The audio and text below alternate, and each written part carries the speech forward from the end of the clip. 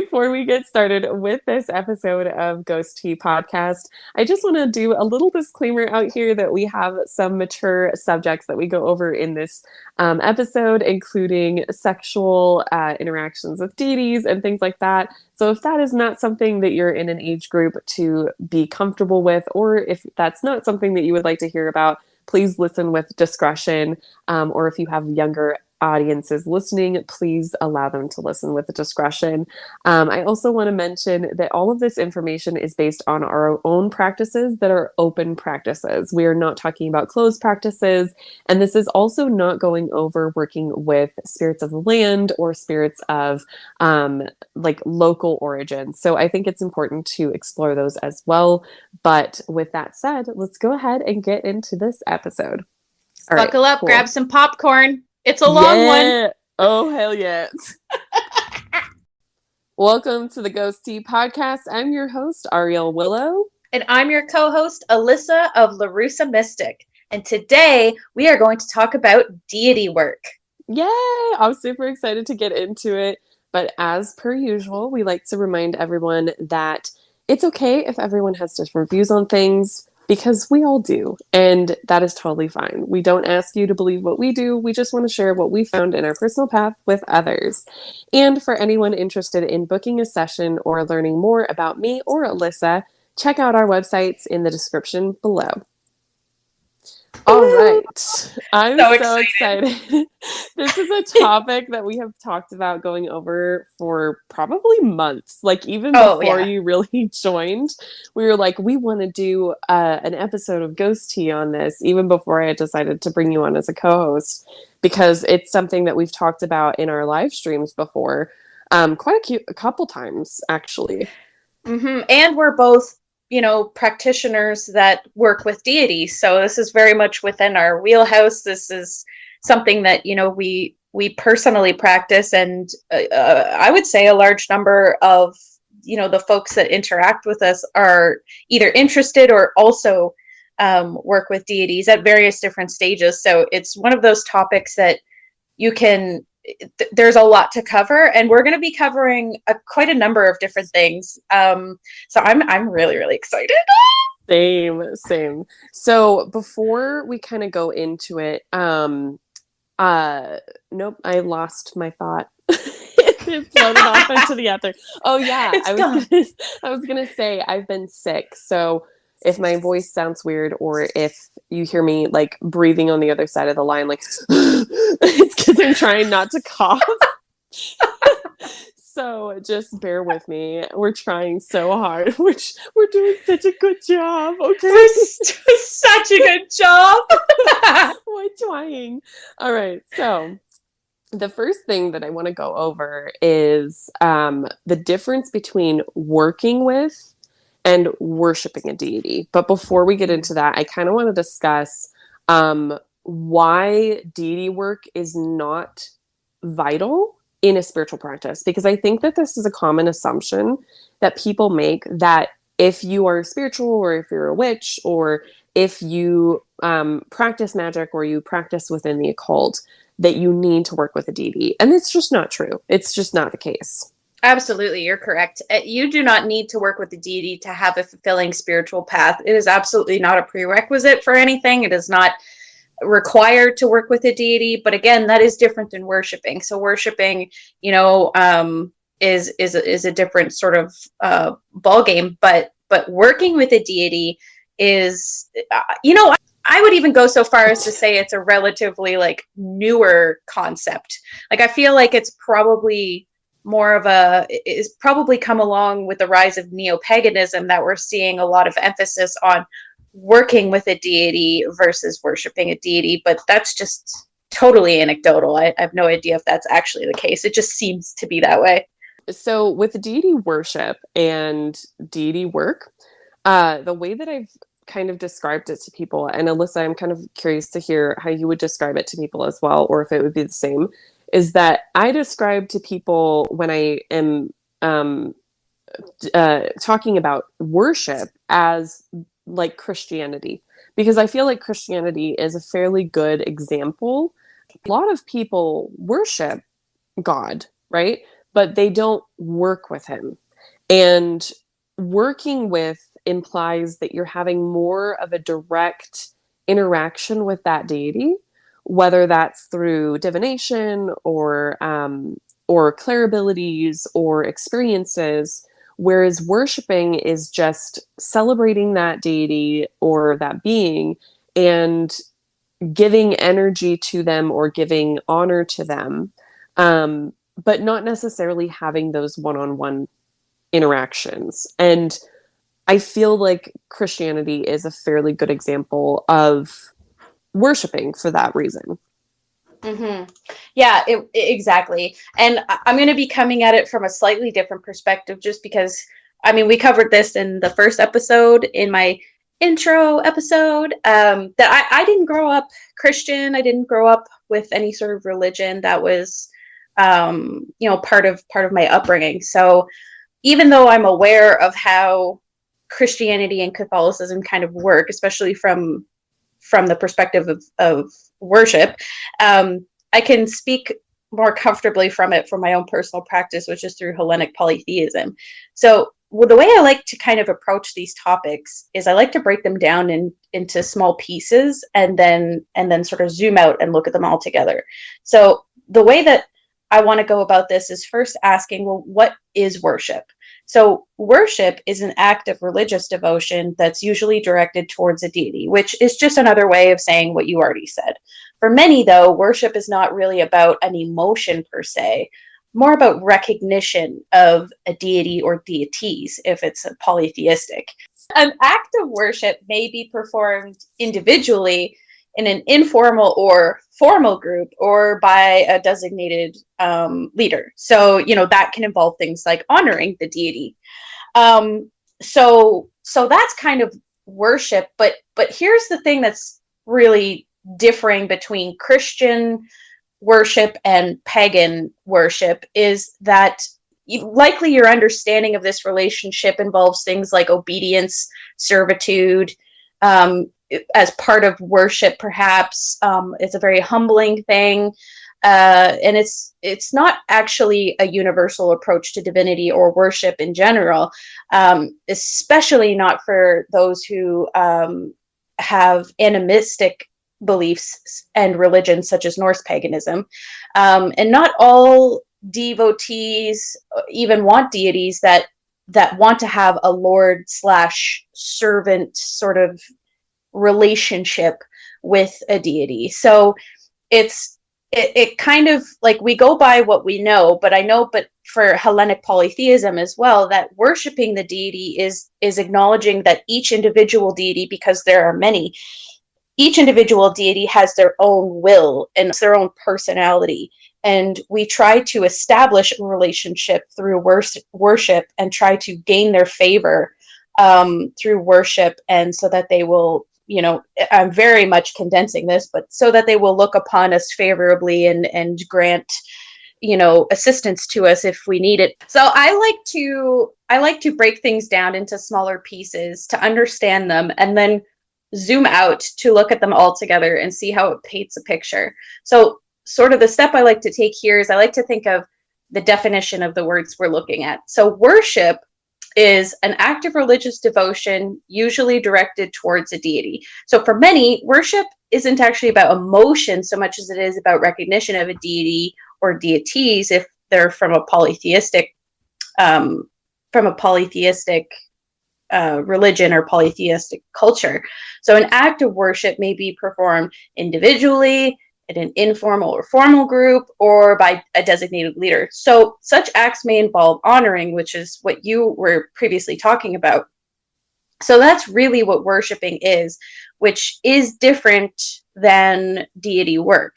So worshiping from a Christian perspective, and I mean, I wasn't raised in a Christian household. I wasn't raised in a religious household. So my kind of like pagan life started really early.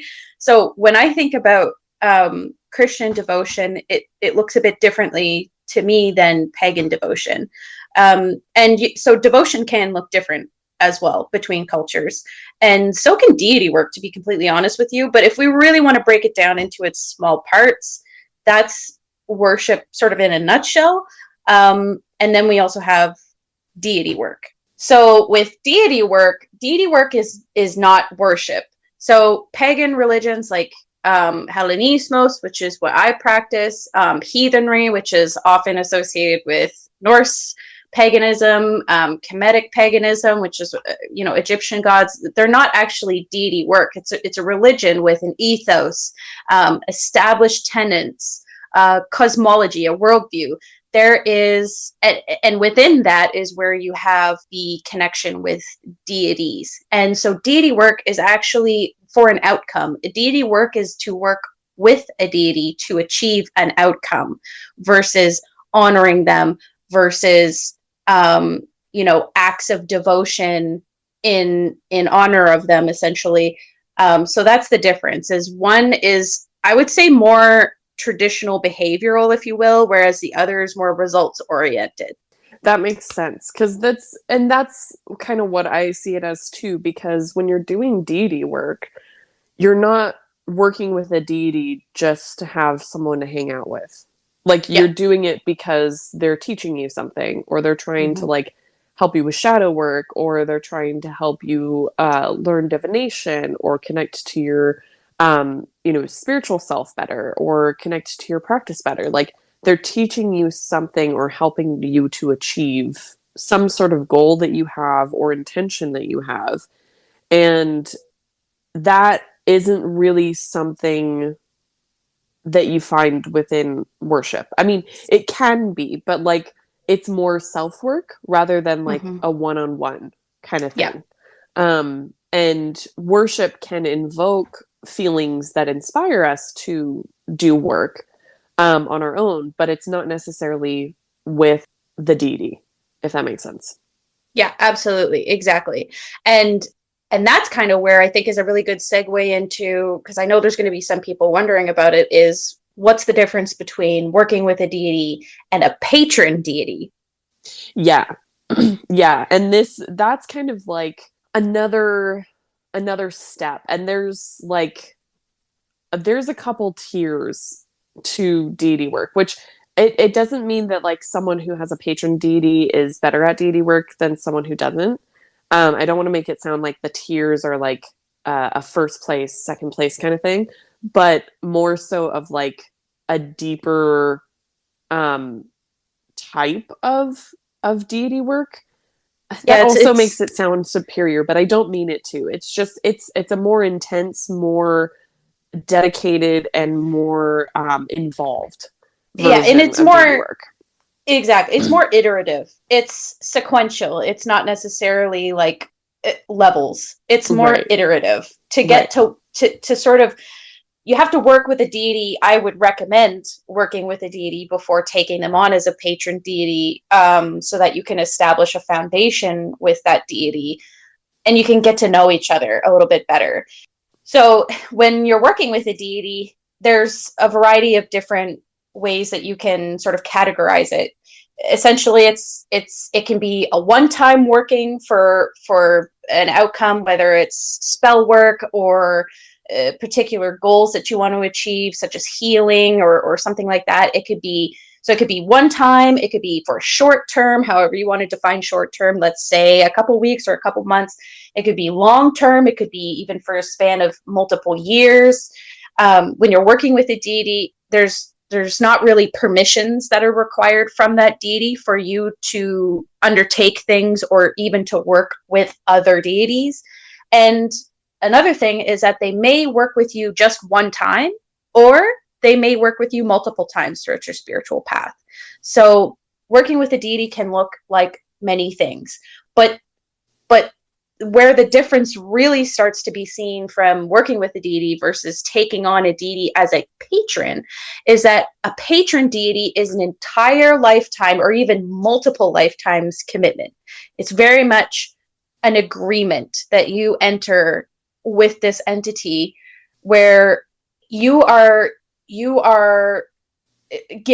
essentially, they are going to be playing a much, much bigger role in your spiritual path. They're going to be with you for the remainder of at least this lifetime.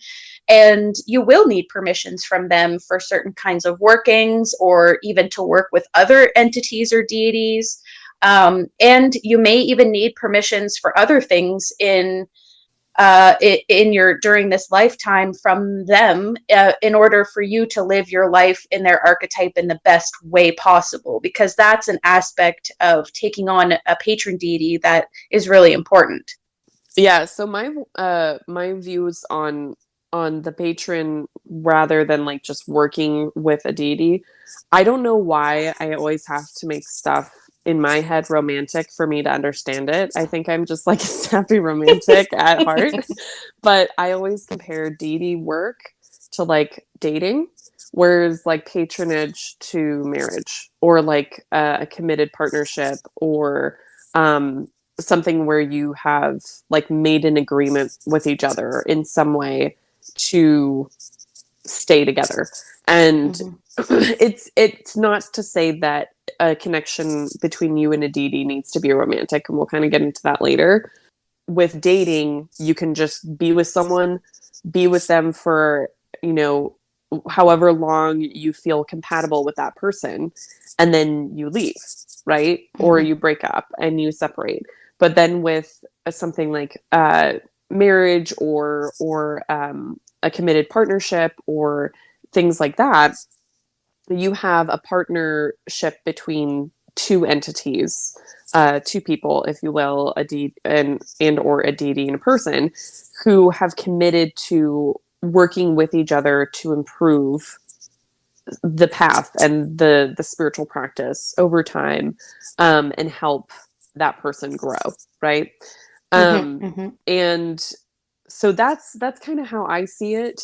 And I think that's so important to remember. And I'm so glad that you mentioned that they don't have to be there for a long time, because I think a lot of people assume that if they get into deity work, they're not allowed to be like, oh, I don't want to do this anymore. You know, I don't feel like doing this anymore. I don't feel like doing deity work. There's been so many practitioners who I've seen online, as well as just in my everyday life, who have started working with a deity, and maybe they're just not vibing as much as they thought that they would.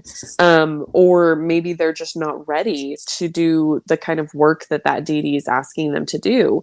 And there's nothing wrong with that. And I think that one of the biggest things that I like to mention in deity sessions and deity confirmations for people is that you are in the driver's seat with deity work. It is something where you should always remember that you have the ability to say, hey, I don't feel comfortable with working with you, or I don't feel comfortable working with you now, or you know, maybe come back later, or I don't feel comfortable giving XYZ as an offering, or things like that, because there are deities who will ask some maybe uncomfortable stuff from you as far as offerings go.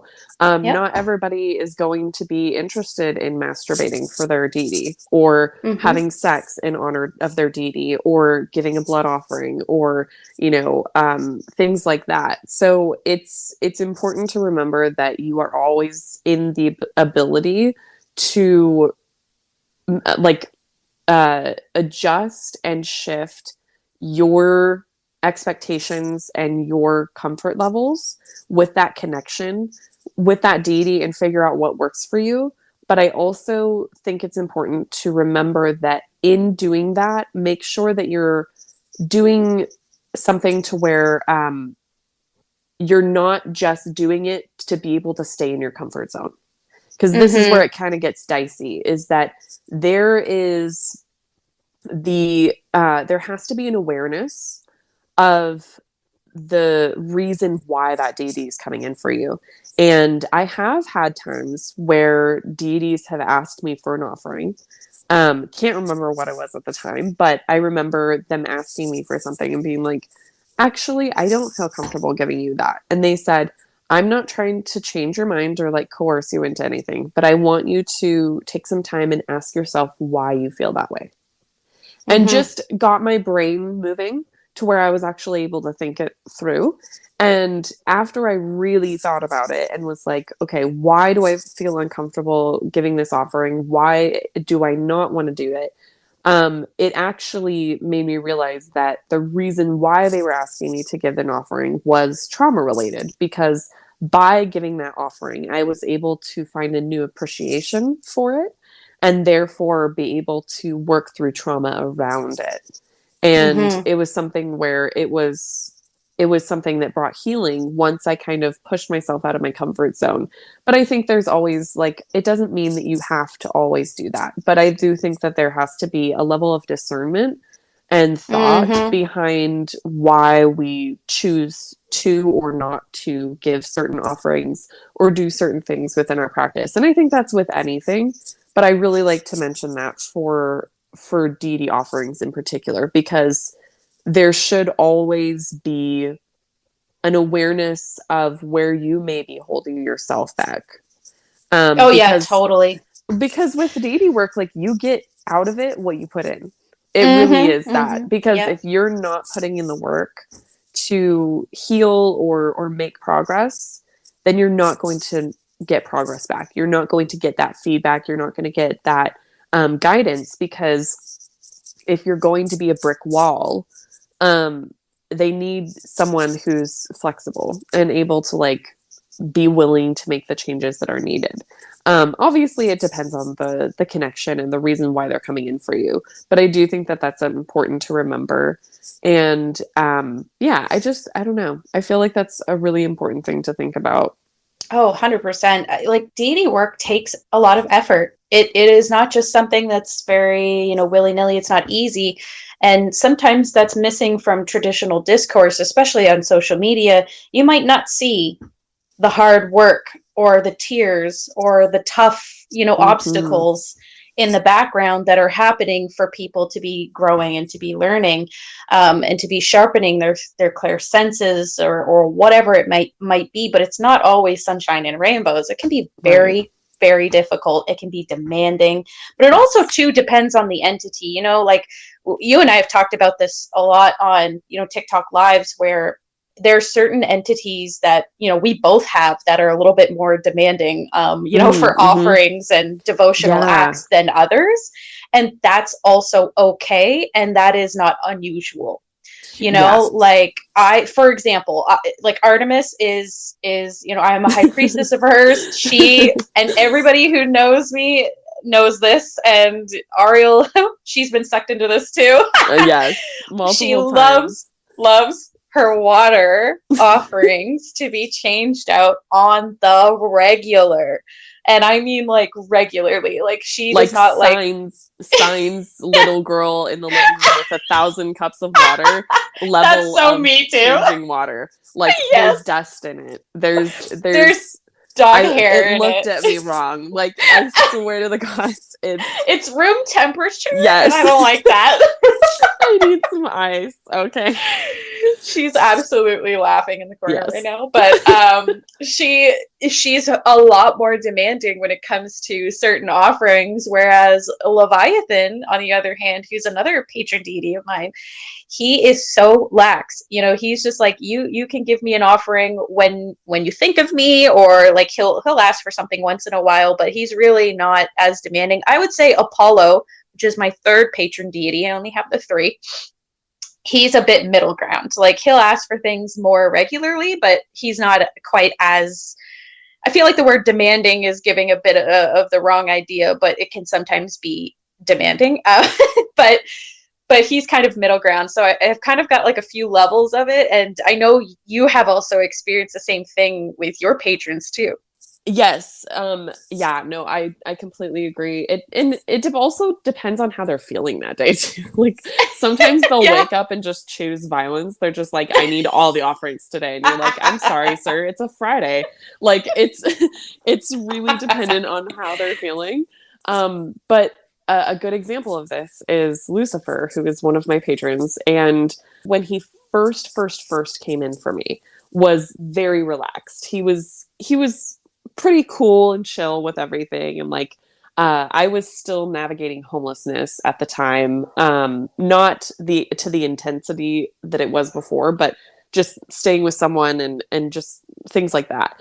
And so I had like an altar set up for him and things like that, and he was helping me to figure that out. But he really wasn't asking for a lot of offerings. It was more so just focused on like shadow work and self work and things like that. But once I moved into my first apartment, and as soon as I set up an altar, it was every single morning. Every single morning. The first time I set up the altar, the next morning, he came into my room and I was like, yo, what's up? And he was like, I want an offering. And I was like, okay, after breakfast. And he was like, no, no. And I was like, oh, okay. Okay, cool. All right, I'm like, not gonna fight you. Yeah, I was like, I'm not gonna make a big fuss. But it was every single morning before I peed, before I ate, before I drank, like anything. I had to get up, give him an offering, and like tell him like what it is that I wanted that day, or what it was that I was going to focus on, and things like that. But it was like relentless. And I think that was like, oh gosh, how long did he do that? He did it for like 2 or 3 months. It was a long time.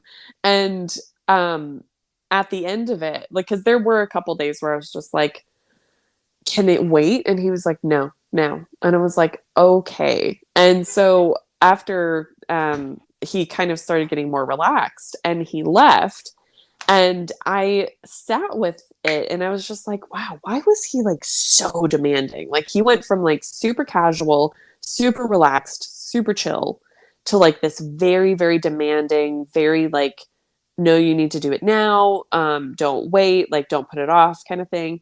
And I was sitting with it and I realized that it wasn't to annoy me. It wasn't to bother me. It wasn't to like try to show dominance, which a lot of people will assume that that would be the case.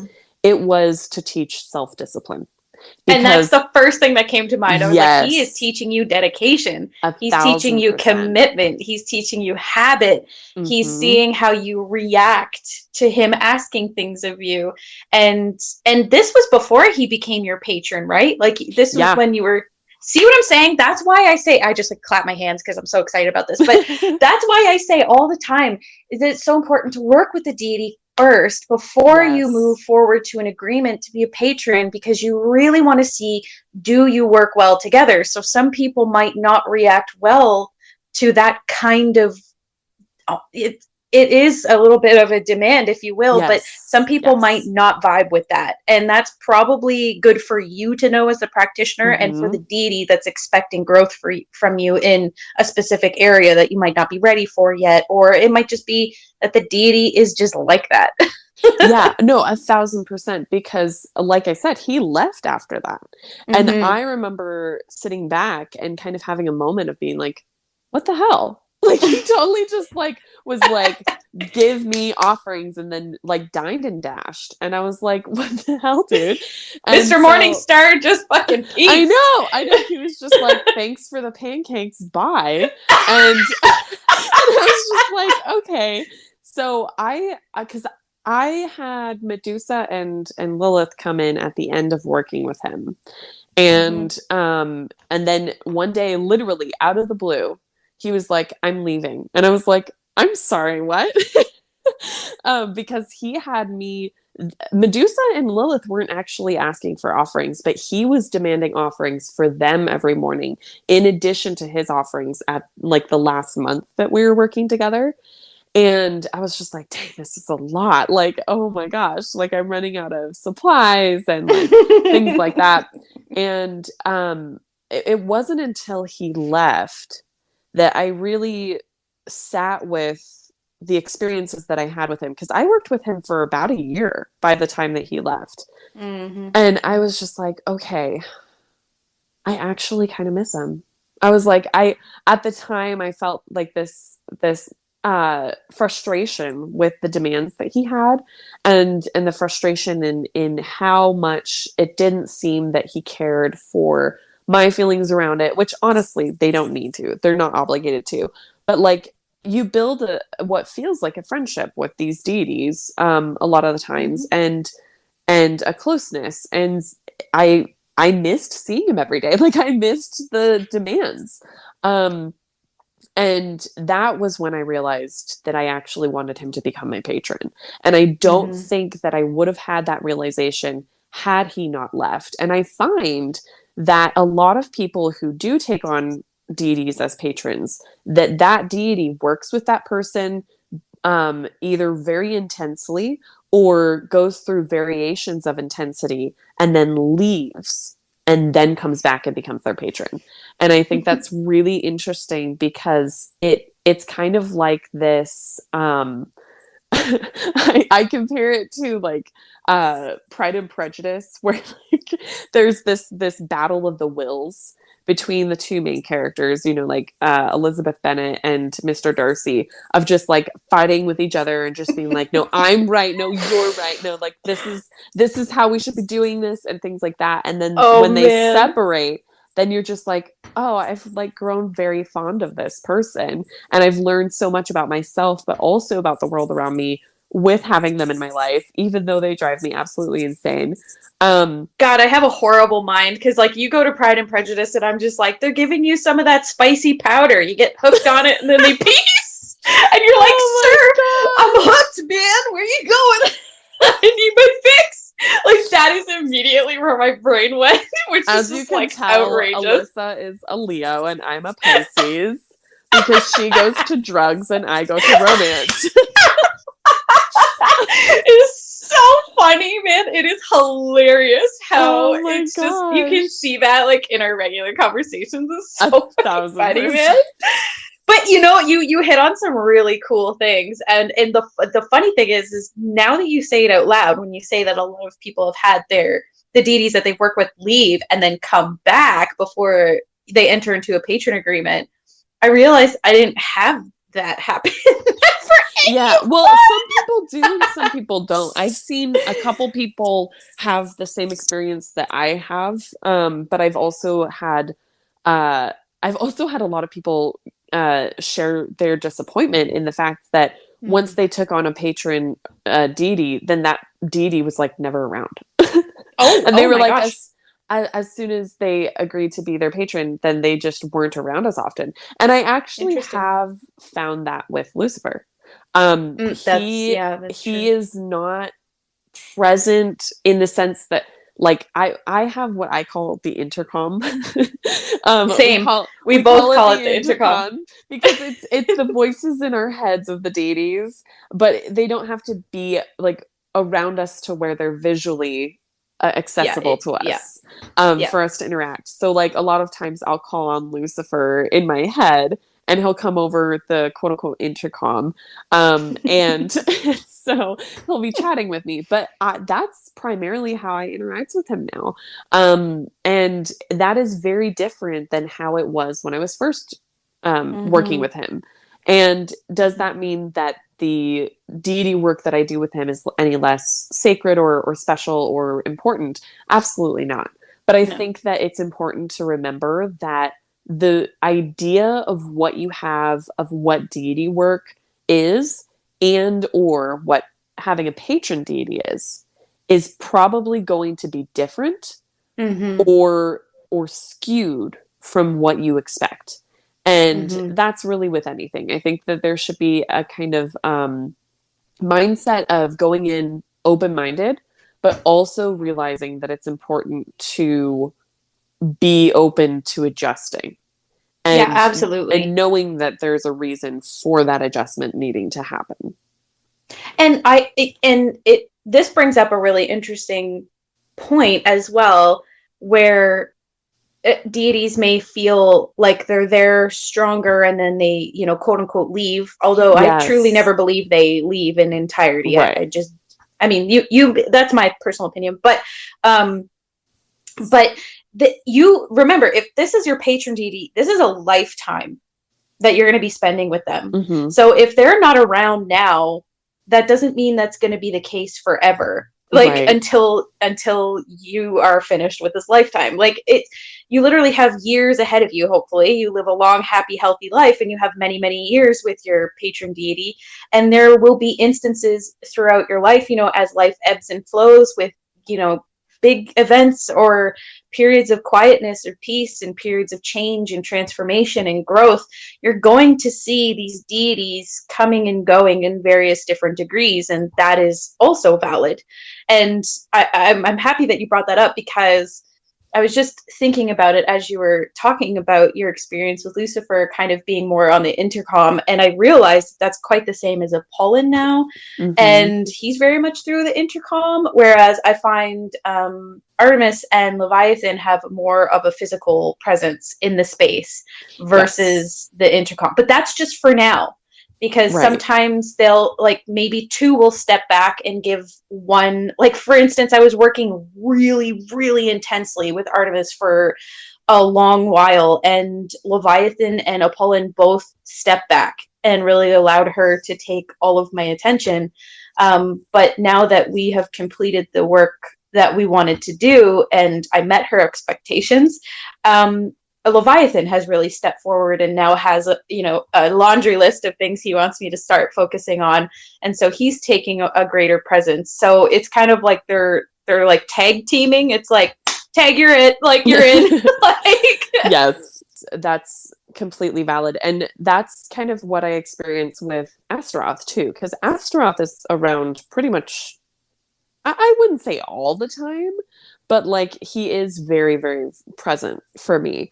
And Azrael, for most of my childhood, was very, very present. And when I have different deities come in, because obviously, I have Astaroth and Lucifer as the patrons, but when another deity comes in, like I was working with Odin for a while, and then I was kind of working with Freya for a little bit.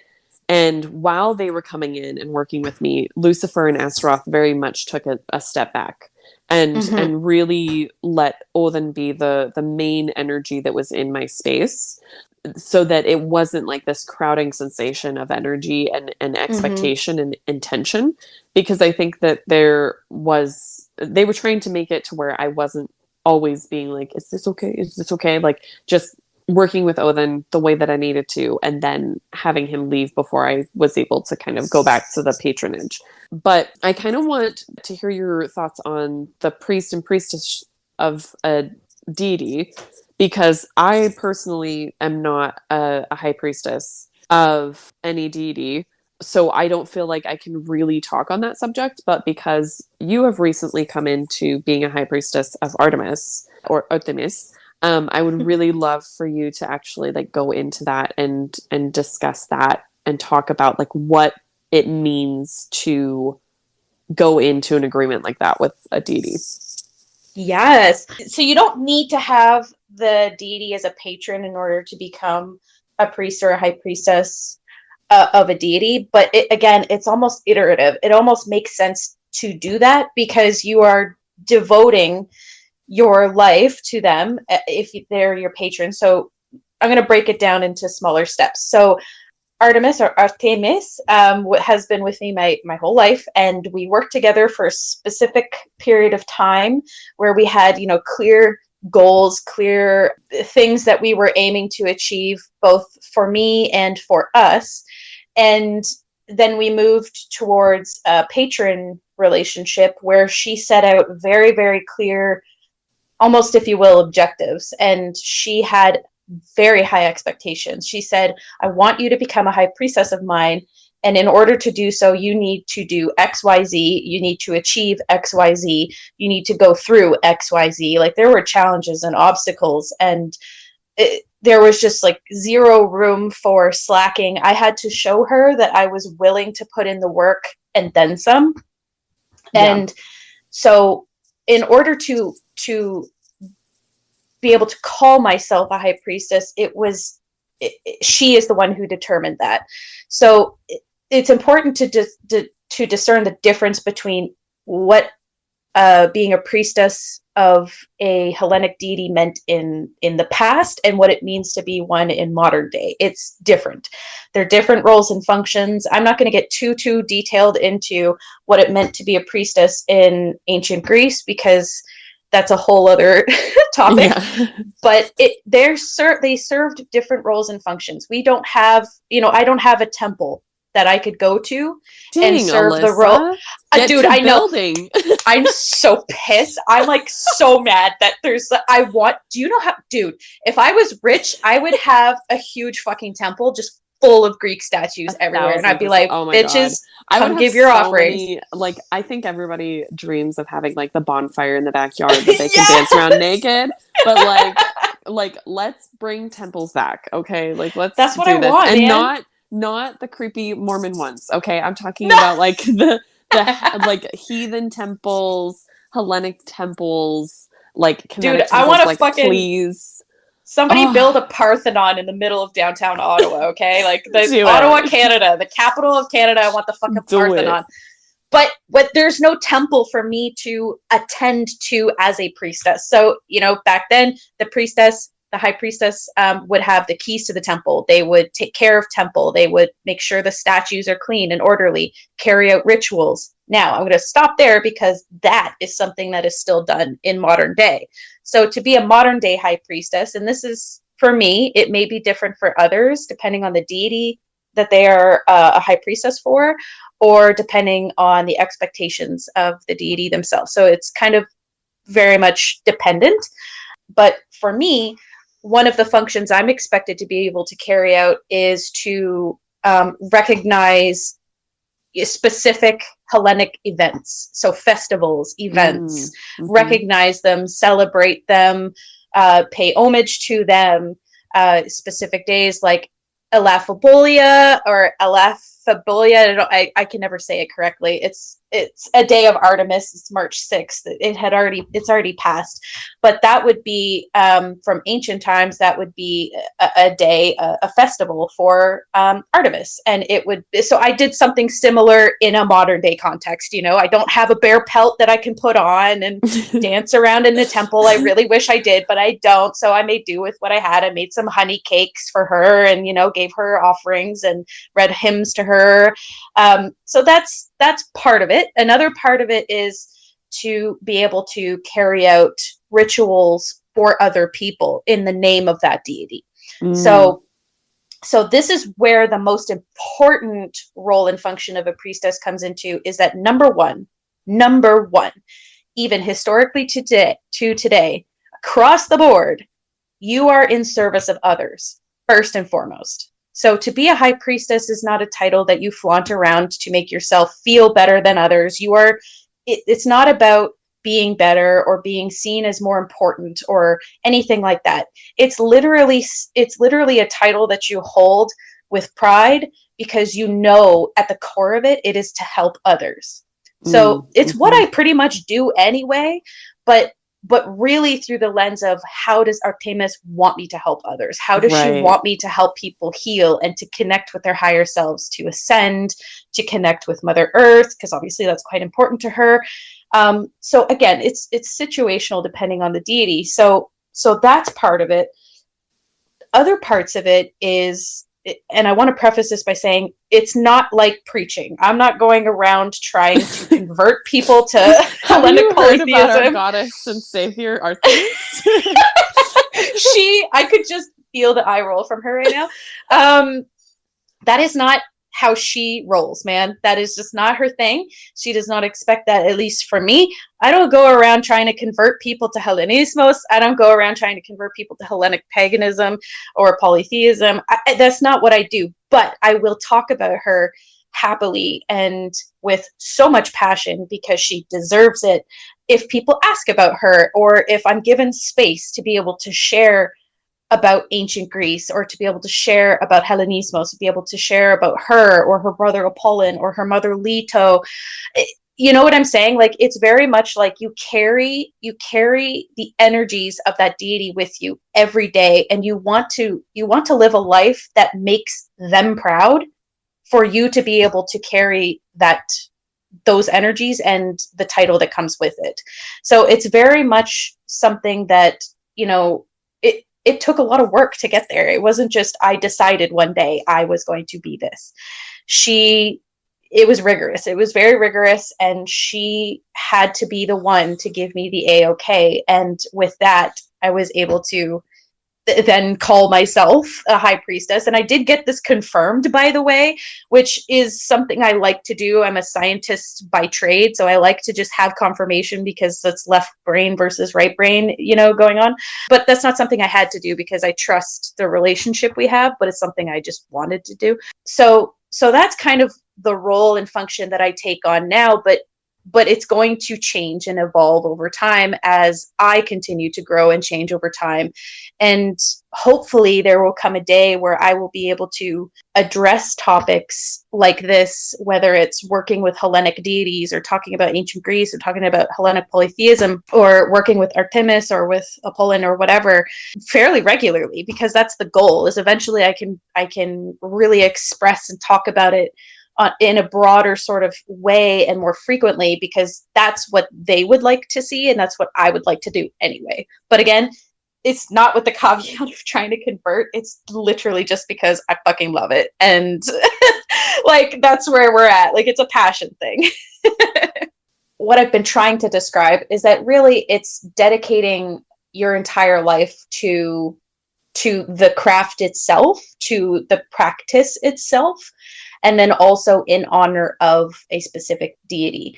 It also gets conflated quite often with being an oracle of, and so I could have an entire podcast episode about oracles and priestesses and how they're similar and different, but I'm just going to give you the Coles Note version. Is another form and function of high priestess is that you can almost speak on behalf of the gods or the deities, as if they're speaking through you, which I also can do, which is kind of, in a sense, channeling, which I also have the ability to do, or to be able to give guidance from that deity themselves. In this case, it would be Artemis. So teaching ceremonies, formal rituals, dedication ceremonies, these are all really important roles and functions as well. But initiation to become a high priestess looks much different now than it did in the past. And even it was a lot easier in the past than you might even imagine. Like, you could be born into it, like, no work. Like, it's literally something that used to go, like, it used to be, if you were from a really rich family and you were, of high prestige in the social fabric, you would essentially be in line to become a priest or a priestess. Like, it was that easy in that time, which is maybe the case now, I don't know, but at least for me, it was a whole hell of a lot of work. And really, again, it goes back to service to others, providing guidance to either members of their personal coven, which I am in a coven of my own, of which Ariel's a part of. Yay. And we guide each other. It's to be able to help others emotionally, mentally, spiritually. It's where you carry yourself like I said, in the image of that deity through their archetypes. It's where you help others to find their truth. You are not judgmental. You seek to teach and to educate and to grow. Nothing is too taboo to at least address or to talk about. You're willing to change your opinion and hear others. And so all of this is encompassed within within the title of being a high priestess. So it's not easy. It's not easy. It takes a ton of time and energy. It's another layer of work on top of the patron relationship that already exists. It's actually in addition to. That's really, in a nutshell, what it is. I mean, I could go on longer, and I'm sure people have questions, and I welcome the questions, and I would love to hear if other people are high priestesses to like tell us about. I would like to hear about it and how you came to be in that role. But in a nutshell, that is what it is, and so it's something that I live my life by, and I'm very proud and devoted to my goddess, and it's something that I like. It's a huge honor to me. Yeah, well, Artemis is beautiful. She's such an amazing goddess. She's so incredible. She's like fanning herself, just like, oh, please, thank you so much. Like twirling her little hairs, like just like, yeah, I am. And what about it? No, but she's actually incredible though. She's intense, but she's beautiful, and she's caring, and she's tough, and she's demanding, but she's all the beautiful words that you could think of. She's everything and then some. It's hard to really put how much you care about your patrons or who you serve as a high priestess into words. It's really hard to kind of articulate. At least it is for me. It's like I want to use all the adjectives. Yes. Well, and I think talking about high priestessship and things like that with deities, as well as talking about patron deities, and honestly, deity work in general a little bit, but more so when a deity is your patron or you are a high priestess or a priest of that deity.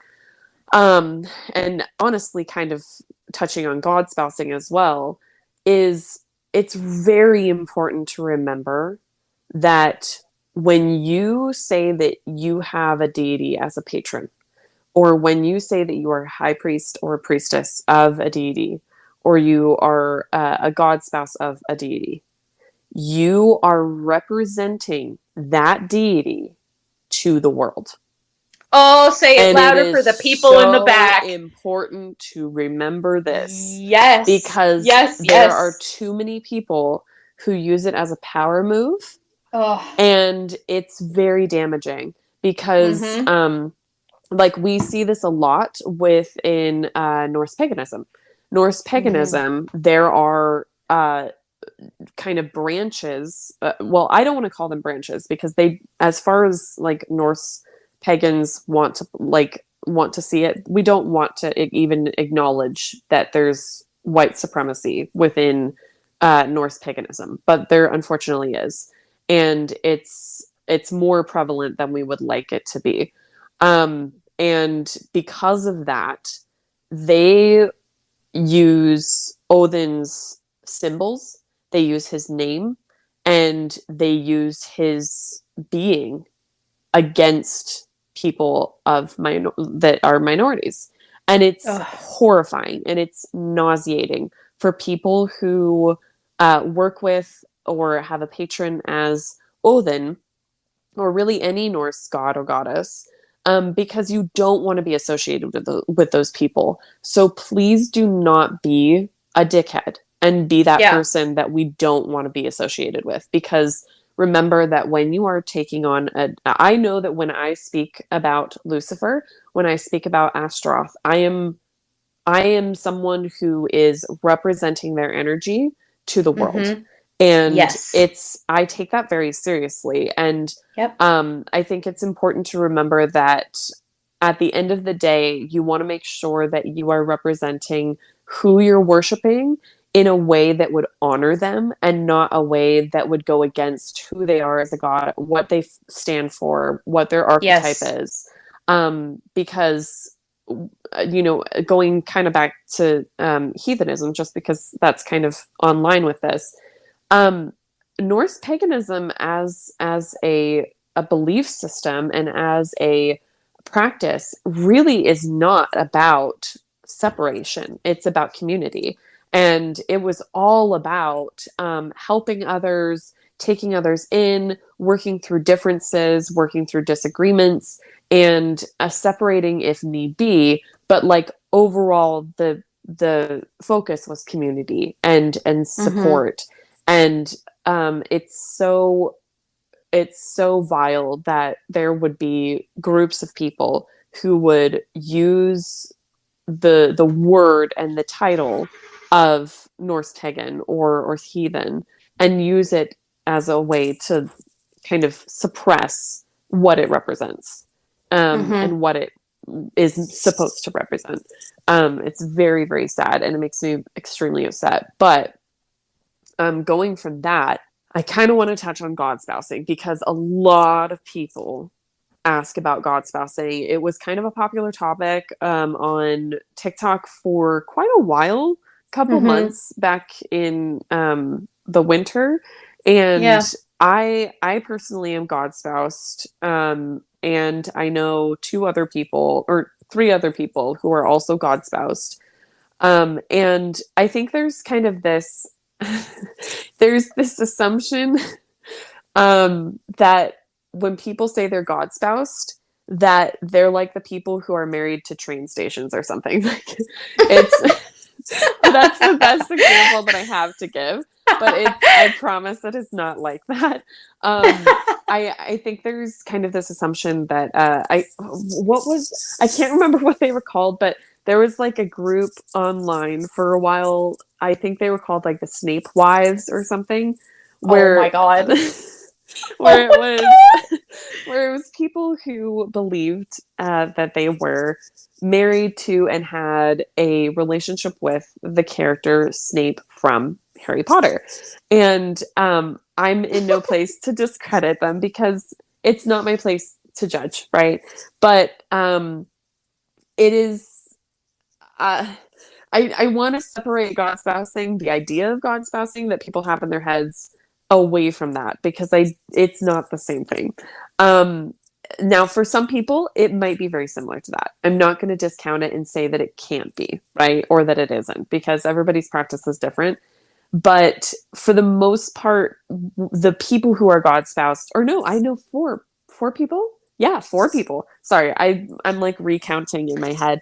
I know a fair number as well. Yeah. God spousing's probably more prevalent than people think. Yes. It's People just just that don't not talk about it. everybody exactly, because it is a very highly contentious topic Yes. that either people come at it from a misinformed point of view or from a judgmental point of view.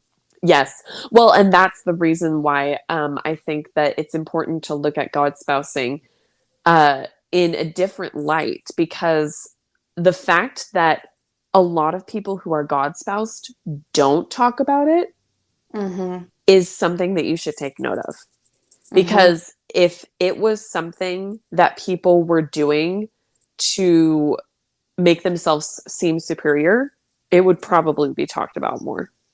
Yeah. And the fact that it's not indicates how sacred it is and how intimate it is. Not necessarily in a sexual sense, but it's intimate because you are intertwining your energy with a god or a goddess or a being that you are working with on an intimate level. And Alyssa and I were talking about this earlier of like, what's the difference between having a deity be a patron deity and a deity being a god spouse? Because Mm-hmm. in a lot of ways, it's very, very similar.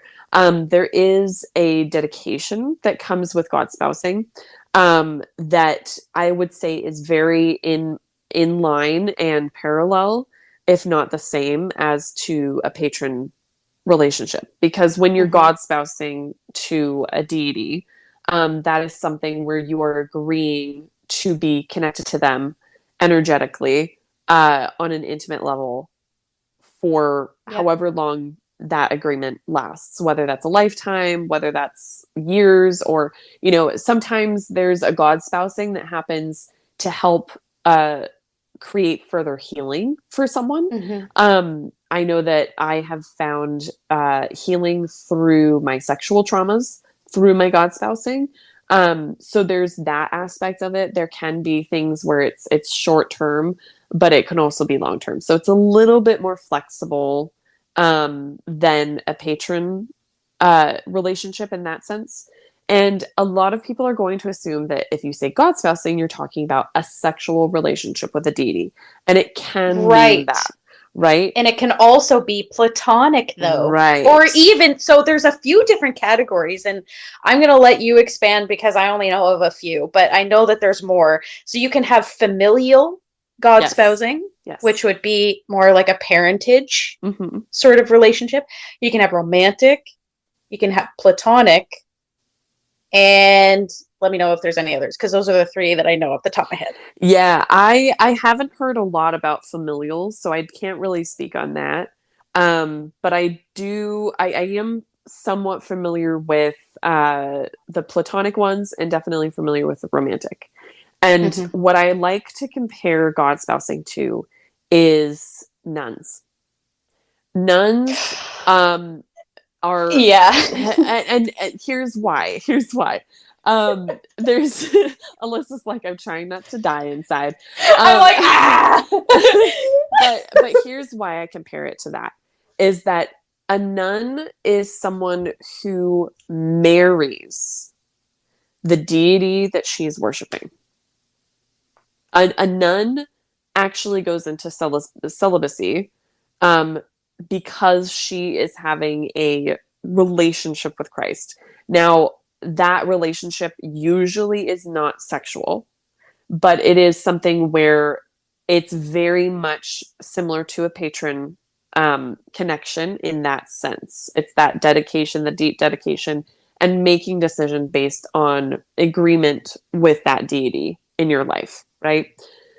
It can be sexual, and a lot of people are like, well, Ariel, how the fuck is it sexual? Because like what are we talking about? Like fantasizing or like, dude, I can just hear the questions yes, that are floating in people's heads right now. Like, trust me, I can hear you being like, how do you have sex with yes, a spirit or an entity? And yes, but it can happen. It can happen. It can. And there's a couple different ways to do it, and I'm going to go over it because we're all adults here, and I'm going to put a warning in the description of this episode. I'm also going to do a little thing at the end so we can have a little warning at the beginning.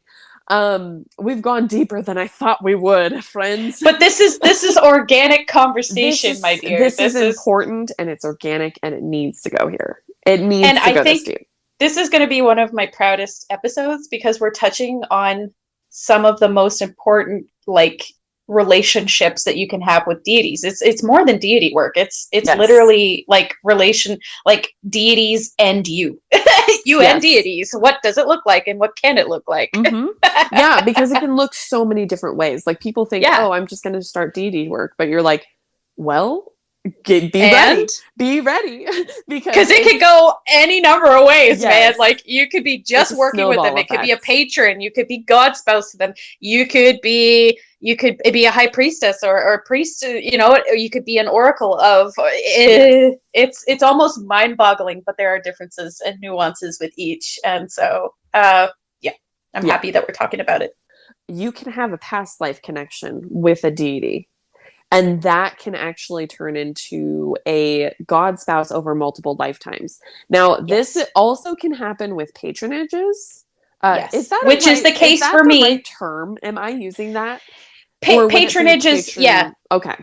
Patronage is also fine. Because sometimes I don't want to sound too homeschooled. Like I want to help myself out. Okay, dude, I don't want to sound too public schooled, but like you could have like patron is a word that encompasses what people say as matron, which I have my own thoughts on that. Yeah, but I don't personally like that term just because I find that it doesn't. It's to me it takes away from. It's also the actual definition of the word is extremely off-putting. Patron is actually like gender neutral. Yes, it's gender neutral. So a lot of people don't realize that they can use that for both.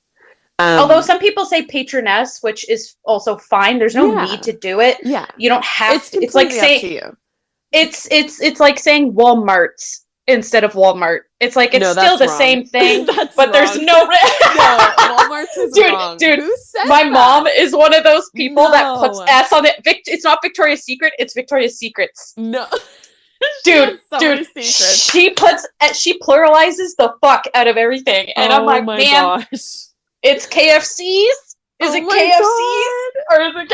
It's so fucking funny. Oh my god! But really, patron, like the term is gender neutral, and with patron relationships that can also be over lifetimes. Absolutely. So that could be related to past lives. It can also be connected to your soul. Yes. And this is one reason why I wanted to bring this up is because a lot of people assume that like, okay, let's say that you get a past life reading from someone, right? And they're like, you were Godspoused, you were you had a patron of blah, blah, blah.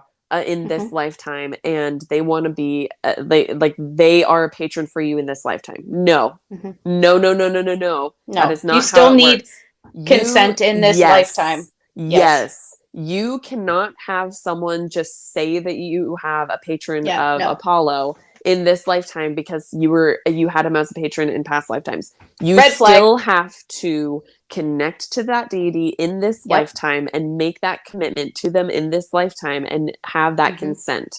because 100%. And that's exactly like, the I don't exact understand. dude. All three of my patrons, I've been patrons of them in past lives and have been connected with them over multiple past lives and have made the commitment over and over and over again, because you have to. Yeah. You have to have that consent in each lifetime. Well, it's like, if you think about it in terms of like normal people, Astroth is like looking at me offended. You're technically normal. He's like, normal people. What do you mean normal people? He's like, what the hell? But like, let's say that you were married to someone in a past life, and someone said, oh, you were married to Bob down the street in a past life. So you're married to him in this lifetime. You're like, excuse that's a big no. me? You're no, like, thanks, what if Bob. what if I don't like Bob in this lifetime? Like, Bob can suck it. Like, I don't want it. I don't want it. So there's always, consent is so important in this sense. And I do agree with Alyssa. It's a red flag if someone says that. They should always indicate that there is a recommitment necessary in order for that connection to move forward in this lifetime. Because that's what a patronage is. And that is, you know what it makes me think is a partridge. Partridge in a pear tree. Yeah, that's what it makes me think of. That's why I keep stopping myself mentally every time I say that. Yeah, a little bird. And like, I've given readings to people where I've discovered through communicating with deities that they have a much deeper connection to a deity from past lives before, but always with the caveat that in light of this knowledge, you have free will and you require, like, your consent is required in order to have that level of commitment to this deity. Like, the ball is in your court at all times. Absolutely. Now, before I give the microphone back over to you, I do want to say one thing about patron relationships super quick. With patron relationships, when you take on a patron and you make an agreement, I'm going to use my own agreements with Artemis, Apollon, and Leviathan as an example. It's not something that I can walk away from. Like, I made this commitment to the end of my lifetime and beyond, but for this lifetime, I cannot walk away from it. There were almost clauses, if you will, where there were certain things that were just boundaries. Like, for instance, I refuse at any point to harm animals or another person.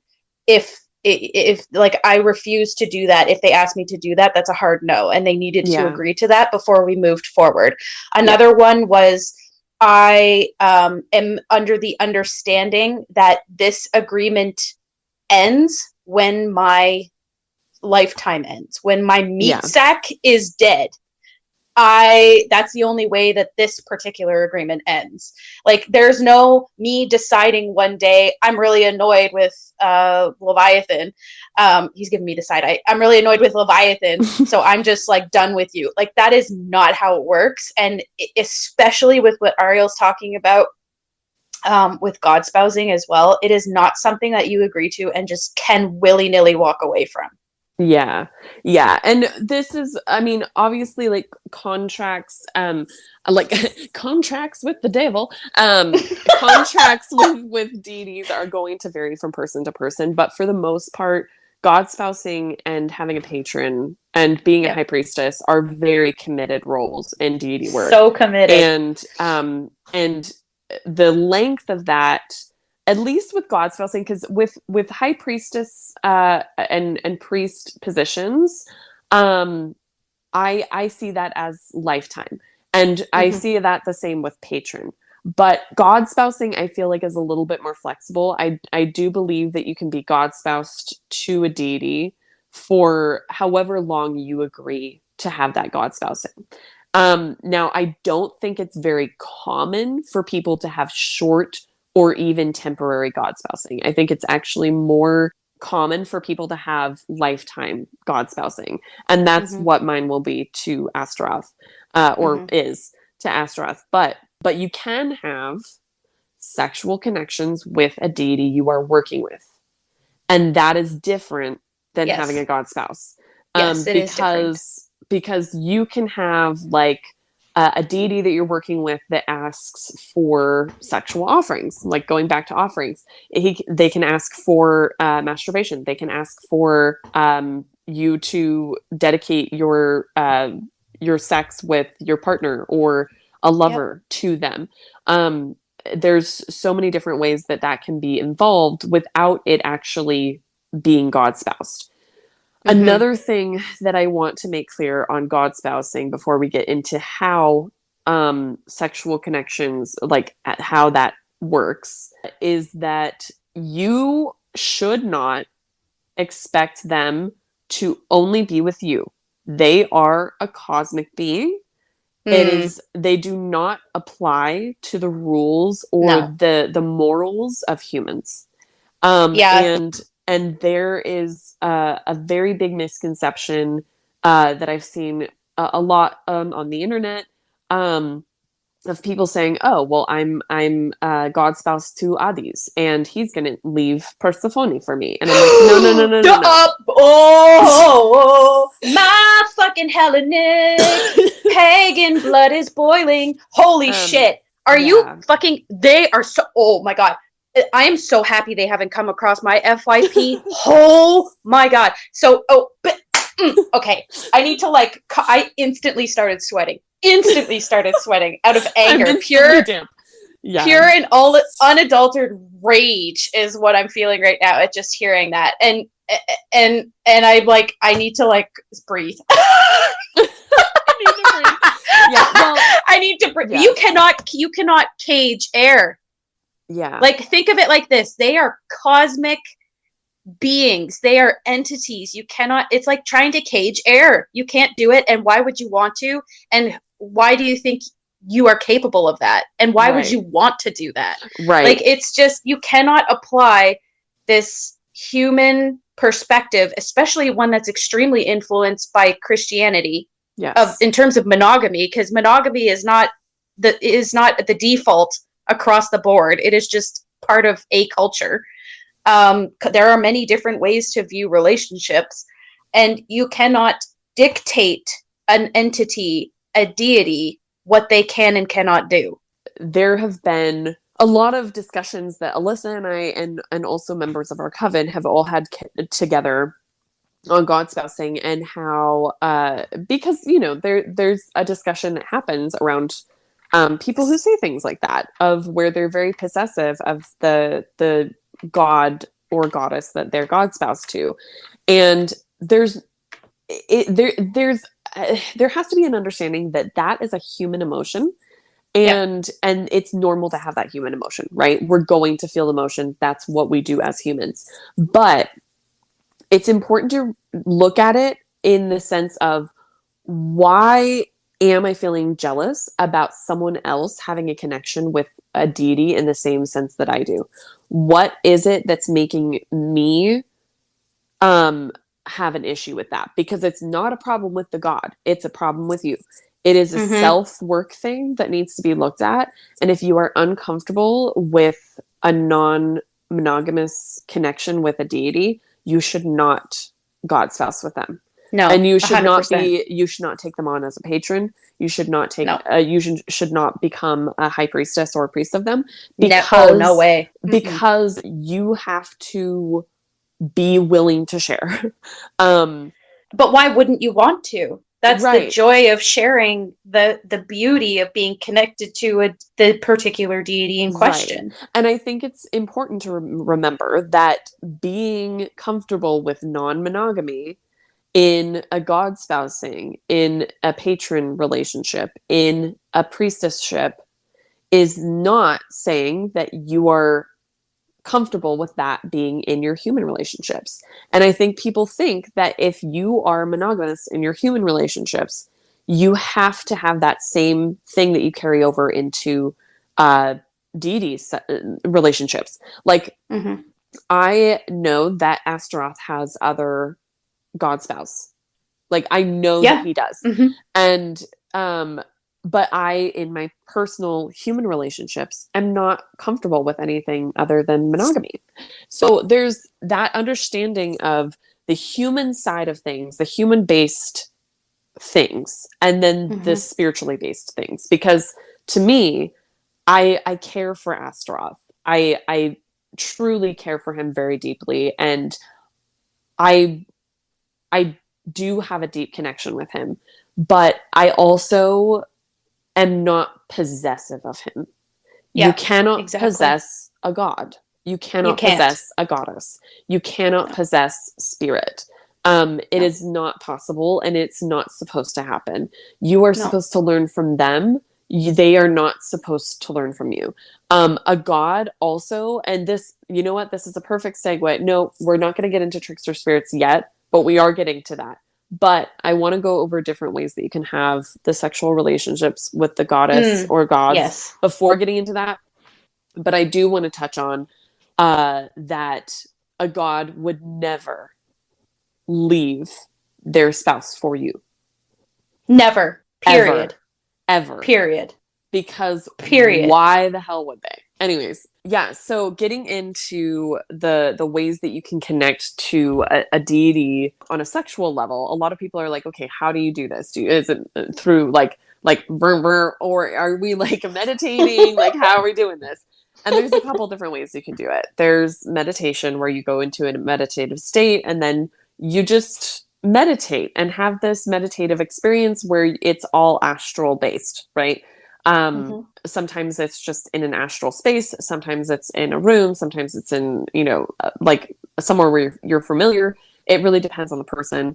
There are also ways where you can, like some people dedicate like dildos or toys to them.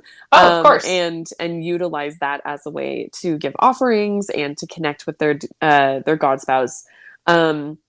There's also ways to do it through, like, some people do it through dreaming. Sometimes people do it through sigils. So they'll create a sigil that they focus on while they're masturbating or having sex or things like that, and send that kind of energy and that intention to their, god spouse. And then that will be a connection that way. There's so many different ways to connect via godspousing sexually, if that is something that you choose to do, or that's the kind of connection you have. And to be honest, if you are godspoused and you're sexually godspoused, you already have a way to do that, because it just kind of comes naturally. It's like when you have a partner and you figure it out. Like you just figure out your ways of doing things.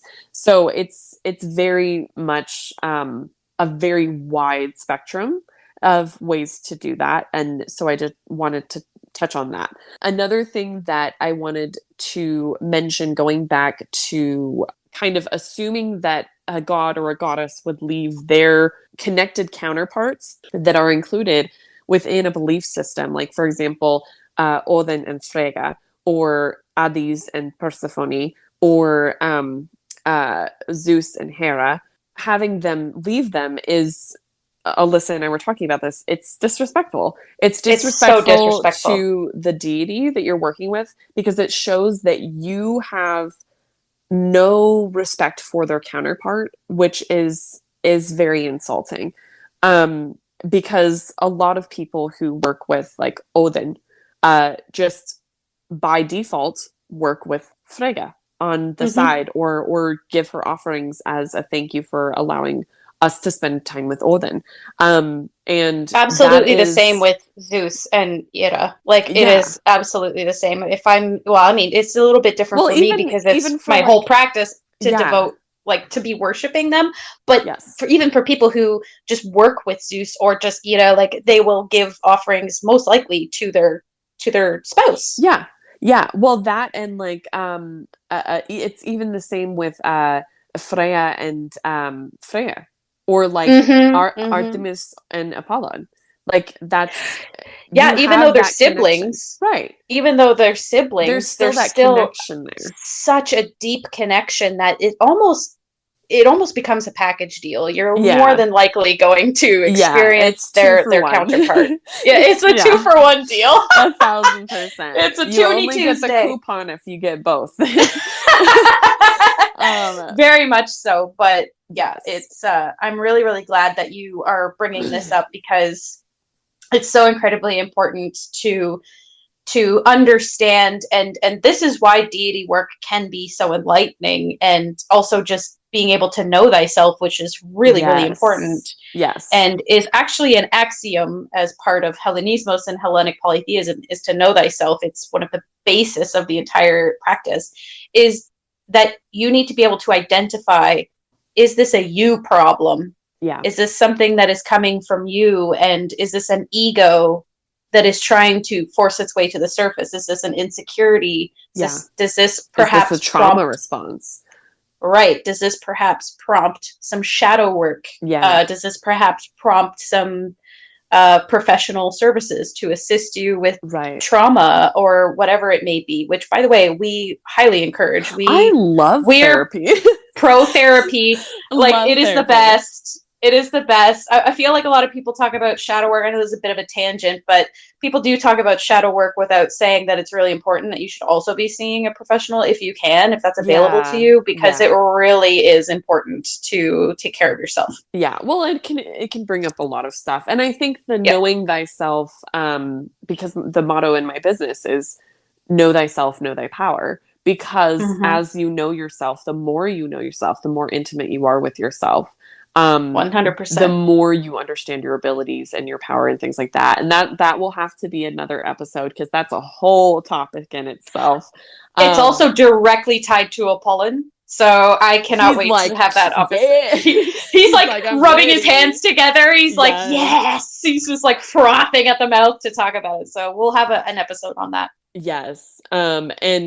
But one thing that I wanted to mention was that that viewpoint, that knowing yourself, should be across the board, regardless of what you practice. Yeah. That should be one of the pillars of your practice, is knowing yourself on as deep of a level as you can. But not just knowing yourself, but evolving with yourself, because you are going to change. I want to go into that topic so badly, but I'm itching myself. But we need to backpedal and go back to Godspousing. Yes, because that's going to segue. It's going to bring us to Trickster spirits, which I think we're ready to talk about. Yes. I'm taking a deep breath, because there's a lot to say about this. This has been a common topic that has come up on TikTok for probably the last 2 or 3 years. Oh, it never ends. Yeah, it never always ends.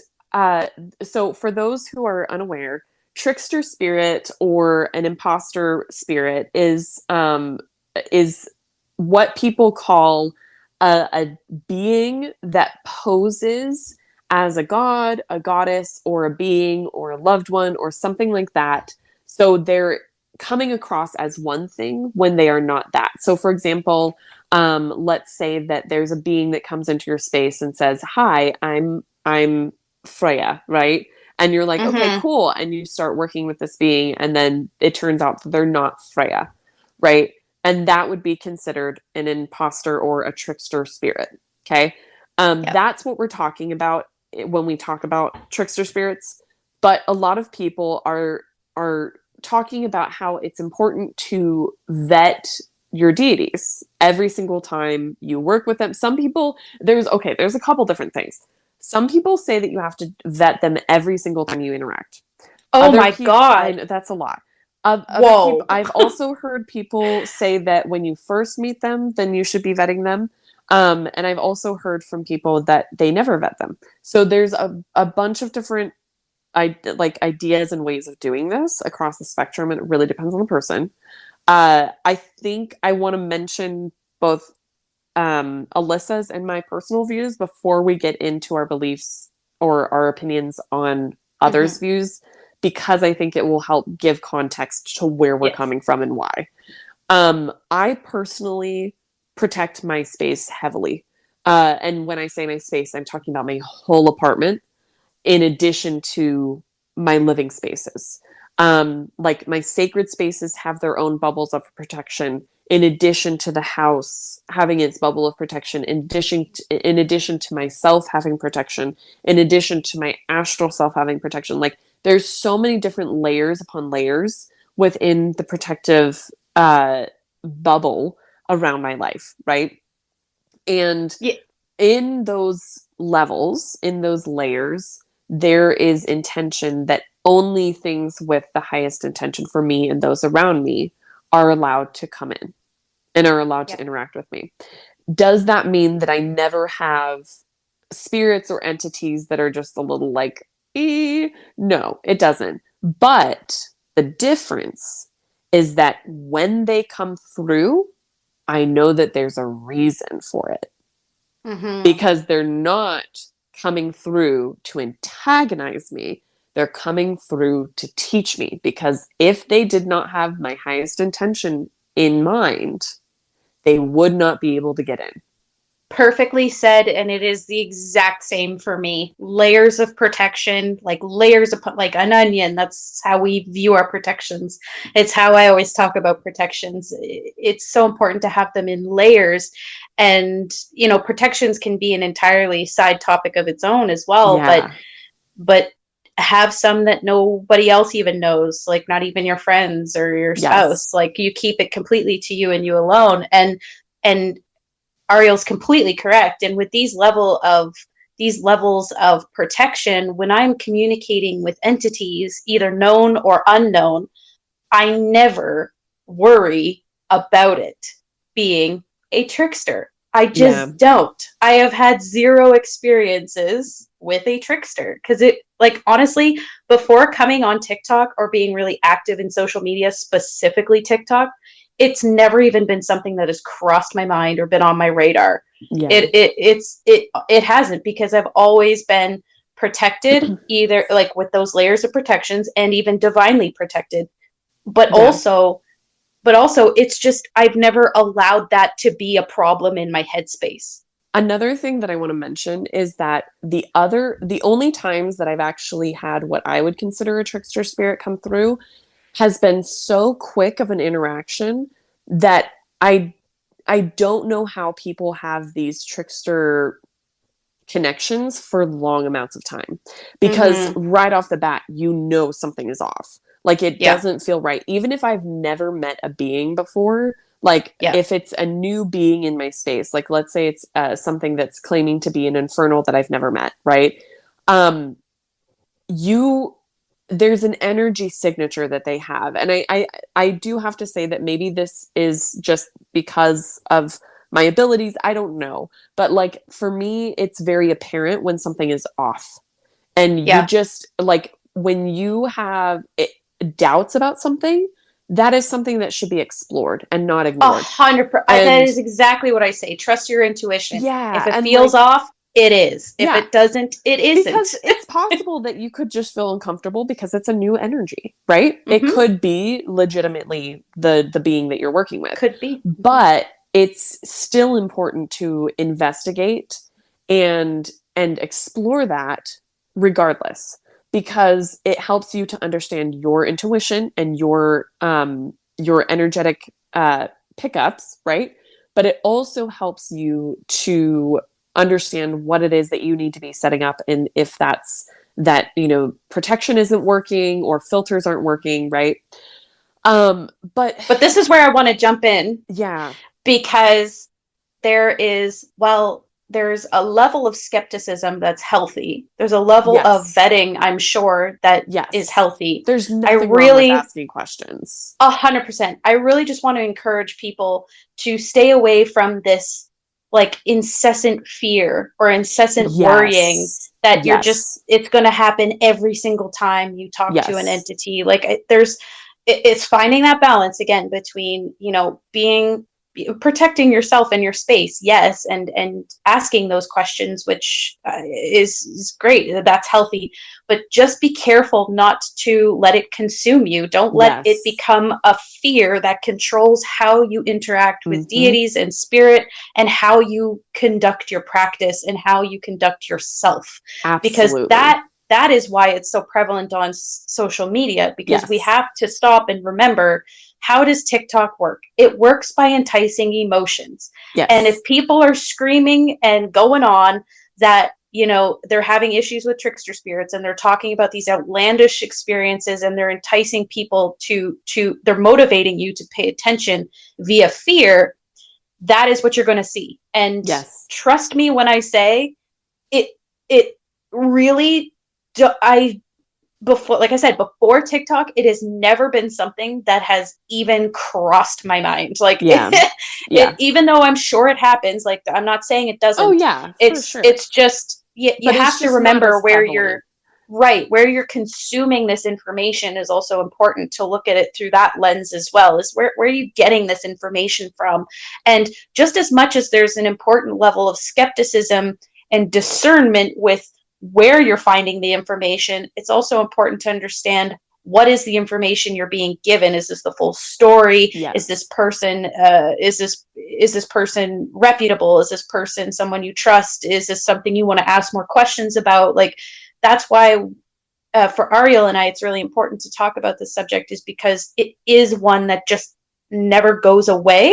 Yeah, it just keeps coming back. It's forever there. It's like the annoying fly. Yeah.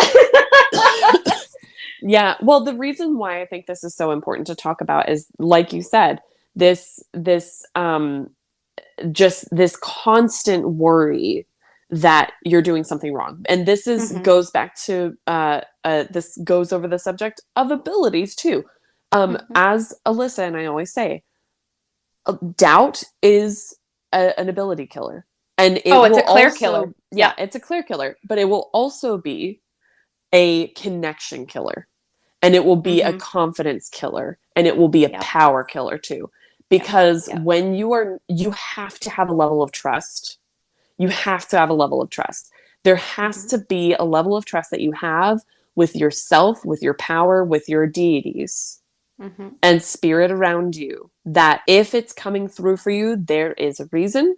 And you might not know it yet or might not understand it yet. But I think it's important to remember that like I said before, there's nothing wrong with asking questions. There's nothing wrong with vetting them at first. Specifically with infernals, because they have such a bad reputation and they've been shown in such a bad light. And Ariel and I are both demon ultresses. We both work with demons, and she has 2 demons as a patron, and I have 1. One of the things that when we're talking about working with demons and introducing yourself to demons, if you feel like you need to protect yourself before they come in, like outside of your regular protections, please don't. Please don't. Because that's a problem that is within yourself that you need to identify. And I would not recommend. That should be addressed before you ever call. Correct. Now, and that again goes back to this fear thing. And that's why I'm so glad that you're talking about having that level of trust in yourself, and that doubt can absolutely hinder and dampen your abilities and hamper and dampen. It's gonna hampen your clear. It's true though. It will. It absolutely will do that. And by the way, this is important that I want to say, is that is absolutely and totally normal. It happens to everybody at some point or another along their spiritual path. We're all human. We all experience doubts, or we have imposter syndrome, things like that. It's totally okay, but it's important to recognize and to address, when you're comfortable with doing so. I just want to make it clear that when things are based out of fear, there's work to be done there. Yes. Fear is not an indicator of stop. Fear is an indicator of exploring. And I think that's something that is very often overlooked, because often when we feel fear for something, we stop, right? We pause and we run away, and we want to avoid it rather than exploring that. And this is one thing that Alyssa and I feel very passionate about, is that fear is not something to run away from. There's a story that I have from someone I'll share really quick because it applies, where someone was having trouble with all these nightmares. They were having these nightmares of something chasing them. They were having nightmares of this, like, I think it was like a big bear or something like that, chasing them in every single nightmare, and they couldn't get away from them. And then they like would wake up in a panic being chased by this bear. And they went to someone and were like, hey, what do I do? Like, I don't know how to make this stop. And they were like, well, have you ever turned around and faced the bear and asked it why it's chasing you? And so they have another dream, right? They're being chased by this bear, and they turn around and they say, why are you chasing me? And the bear said, why are you running? And that is an indicator that spirit can put you in difficult situations. It can put you in scary situations to teach you how to turn around and say, what the fuck do you want? Yeah. What do you want? What is going on? Where are we going? What is this? What are we doing? Let's talk about this, bestie. Yeah. What the fuck? Yeah, exactly. And I think that it's important to apply this to deity work as well. But another thing to remember is that I do want to mention this because this can happen. I've heard about it a couple times happening. You can have a deity do what they call concealing, which means that they can come through as a concealed entity that is not indicating who they are or what their intentions are with you. But they are allowing you to get used to their energy before they introduce themselves. Lucifer has done this a lot with people because a lot of people have shitty assumptions about him. Sorry for my strong language, but I have strong feelings. But like, oh dude, I feel infernals do it quite often, actually. Yeah, I think it's more common with infernals than probably any other entity. So it is possible for a deity to come through and not reveal who they are, but they will not pretend to be something else. Someone else. Yeah, and that's where you can find indicators. So I want to go over a couple indicators of what a trickster spirit would do. Me too. Yeah. Yes. So I want to go over now, like, what would be the red flags? Because we already know what the green flags are, right? We already know kind of the indicators of like what we're looking for. But what would be the red flags that would make you say, "Oh, I need to explore this," or "This is a no for me"? Yeah, so one of the first one that comes to mind is, should you be interacting with an entity that claims to be a deity that you know about, okay, that you already have knowledge of, and this entity is acting in a different way than the entity that you would know would typically act. So I like to use... Or their energy comes across weird. Right, exactly. I like to use the example of Aphrodite. So she is the goddess of love and romance and, partnerships and marriage. Well, that's more Ira, but she also, she deals with romance. She's a god of romance, goddess of romance in the Hellenic pantheon. If you are dealing with an entity that is claiming to be Aphrodite, but they are talking about things that go against what she stands for, going again, like if she's saying outlandish, or if this, I'm saying she, but if it or whatever is saying things like, you don't deserve love. Right. Dude, are you kidding me? Aphrodite would never. She would never. Like that is so out of character. Yeah. That is so, and that's not within context too, because like if you're in a shadow session with Aphrodite and you're working on self-love, right? She might be like, I'm going to go through a couple prompts and you tell me what that invokes in you. It would totally be something you would know. Different. Yeah, it would be a totally different context. But we're talking about like just out of the blue, this being comes in and it's just like, I'm Aphrodite. And then they're just like, you're not worthy of love. Yeah. You're going to die alone. Like all this traumatic, like totally off base for this deity and what they stand for and the energies is why that it's important to know your deities. Right. And that lends me to this, to another indicator, which is if you have an entity that's coming in that is claiming to be something and you don't know about it, please research. Please understand the deity before you make the assumption that because it is a you trickster. You might have like, for example, you might have Loki come in right? Oh yeah. Okay, so He's there's trickster deities. and then there's Okay. trickster gods. And then there's trickster spirits, and then Yes. so Loki and Hermes or Enemies they're two trickster deities. That's different than a trickster. But like spirit. you might have Loki come in and you're seeing and you're like, okay, well, show me a sign that you're here. Okay, so you would associate him with spiders. A lot of people do. I mean, I actually don't. I don't either. Thank you really so much don't. for saying that, because I do not. I've do not never associate. I don't. No. Period. Yeah. But then again, I'm also not a Norse pagan, and I don't work with Loki, but I have met Loki a handful of times, and he just I've never seen, I have spiders in my house all the fucking time because it's spring in Canada. They're popping out everywhere, and I don't see them and think, oh, that's a Loki. For me, it's like, oh, that's Arachne. You know what I mean? Yeah, exactly. It just doesn't connect. But that's just me. That's how we feel. Although we clearly know other people feel differently. But I just have never felt that he's connected to spiders. And I think it's important to basically what we're trying to say is if you have a deity come through and claim to be someone, right? And they are telling you associations or giving you associations, sending you a certain animal or sending you a certain symbol that you wouldn't personally connect to that deity, or you haven't had other people connect to that deity.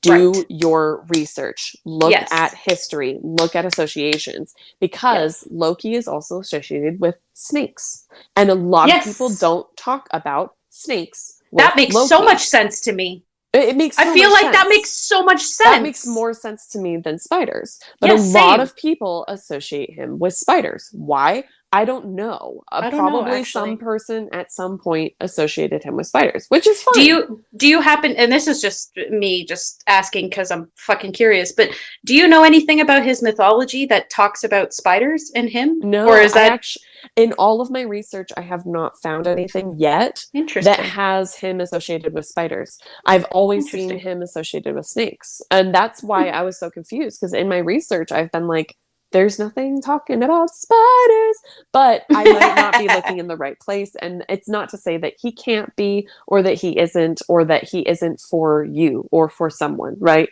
But I do think it's important to remember that personal associations that we have with gods are personal. Right, okay? Exactly. And it doesn't mean that it's going to be the same across the board for people. Just like Lilith being associated with owls. Oh, I would have never connected those two. Exactly. But are you really? I've never heard of that. Her name means screech owl. Oh, she's associated with owls. So that's badass. That's a common association with her. But she's commonly associated with spiders and snakes. Right. And it's not to say that they can't be, but that it's important to do your research. It's important to understand why those associations are coming through and where they're coming through from. And I'm going to interject also super quick here to kind of connect this conversation with earlier on deity work, is that by understanding the deity, by researching the deity, understanding their cultural context, where they come from, their origins, that in and of itself can be considered an offering to the deity. Can be considered an act of devotion. I can't tell you how many hours I have spent learning about that. I'm talking the deepest depths of the fucking rabbit hole. Yeah. About Artemis and her being sitting there looking at me and being so fucking happy about it. She's like, this is great. I am so glad you're doing and I'm like, of course I'm doing them. But that in and of itself is an act of devotion. You are dedicating time, energy, and attention to understanding this entity. And that's not just going to serve you well in terms of being able to understand what they might be associated with in terms of if they interact with you or send you signs and symbols, but also it shows them that you're willing to put in the work and to understand them. And that's a great foundation for a relationship. Another thing that I want to mention is that research is important, but I want to further go into that because this is just by default. something that should be mentioned with deity work, because everybody says, do your research, look into history, look into mythos, look into culture. And that's great. But let's talk about deities who are maybe less well known or less talked about, and how to find information about them. Because I've been having this trouble with Astaroth, because there are a lot of people who claim that Astaroth, spelled A-S-T-A, or Astraroth, is also the goddess Aphrodite and Astarte and Ishtar Venus. It's a lot. So interestingly enough, the reason why I'm so glad we're bringing this topic up is because it's important that while you're researching, whether you find a lot or just a little, or it's very vague or convoluted, it is actually not unusual to see connections between and amongst pantheons. That's not unusual, uncommon, or unheard of. It is just the way mythology has worked throughout human history. And you will find either a lot of similarities between and amongst deities. You will find either people who conflate deities to others. And it actually really depends on your personal perspective. There are people who believe each deity is their own individual entity. Some people see groups of deities as one entity, just seen through different perspectives. And it's entirely up to you as an individual to determine how you want to see that deity. And the reason why I say this, and then I'm going to pass it back over to Ariel, because I know the road she's going down right now, and I'm really, really eager for you guys to hear it, is with Diana and with Artemis. And this is a hill I will die on. I will die on this hill. They are different, and fight me, but they are different entities entirely. They come from completely different cultural contexts. They come from completely different pantheons. However, there are many similarities between them, although they are inherently different. They have different, in my opinion and in my experience, and based off of like literally research, like lots and lots of research, and also primary sources, of which are Greek and then which are Roman. They are different. So that's my perspective. That's my opinion. However, there are some who see it differently. There are some who see a pair of entities that they consider close enough, and I'm doing this in air quotes. You can't see it, but I'm saying close enough with air quotes. Close She's enough. Trying her best. I'm like, oh, I'm so expressive. You have no idea how much I've been flailing. I've been like flailing, but anyway, close enough in air quotes that they will lump them together and they're done, and they'll walk away and call it a day. And that's fine. I mean, you do you, boo, but I see it very, very differently. And as you were saying about Astaroth and which is interesting with the connection to Aphrodite. Yeah. So what I find really interesting is that when you find deities that are compared to each other, like Diana and Artemis, what's interesting is that you'll find, at least in my experience, you'll tend to find that either the further you get away from source material, the more melded together they get by society, or the opposite. Whereas like in like for example in Norse mythology, Frigga and Freya are sometimes seen as the same goddess, right? I see them as very different. They come across very different energetically. What they represent is very different, and because Freya is more of like the maiden, right? She's more of the maiden role, whereas Frigga is the mother.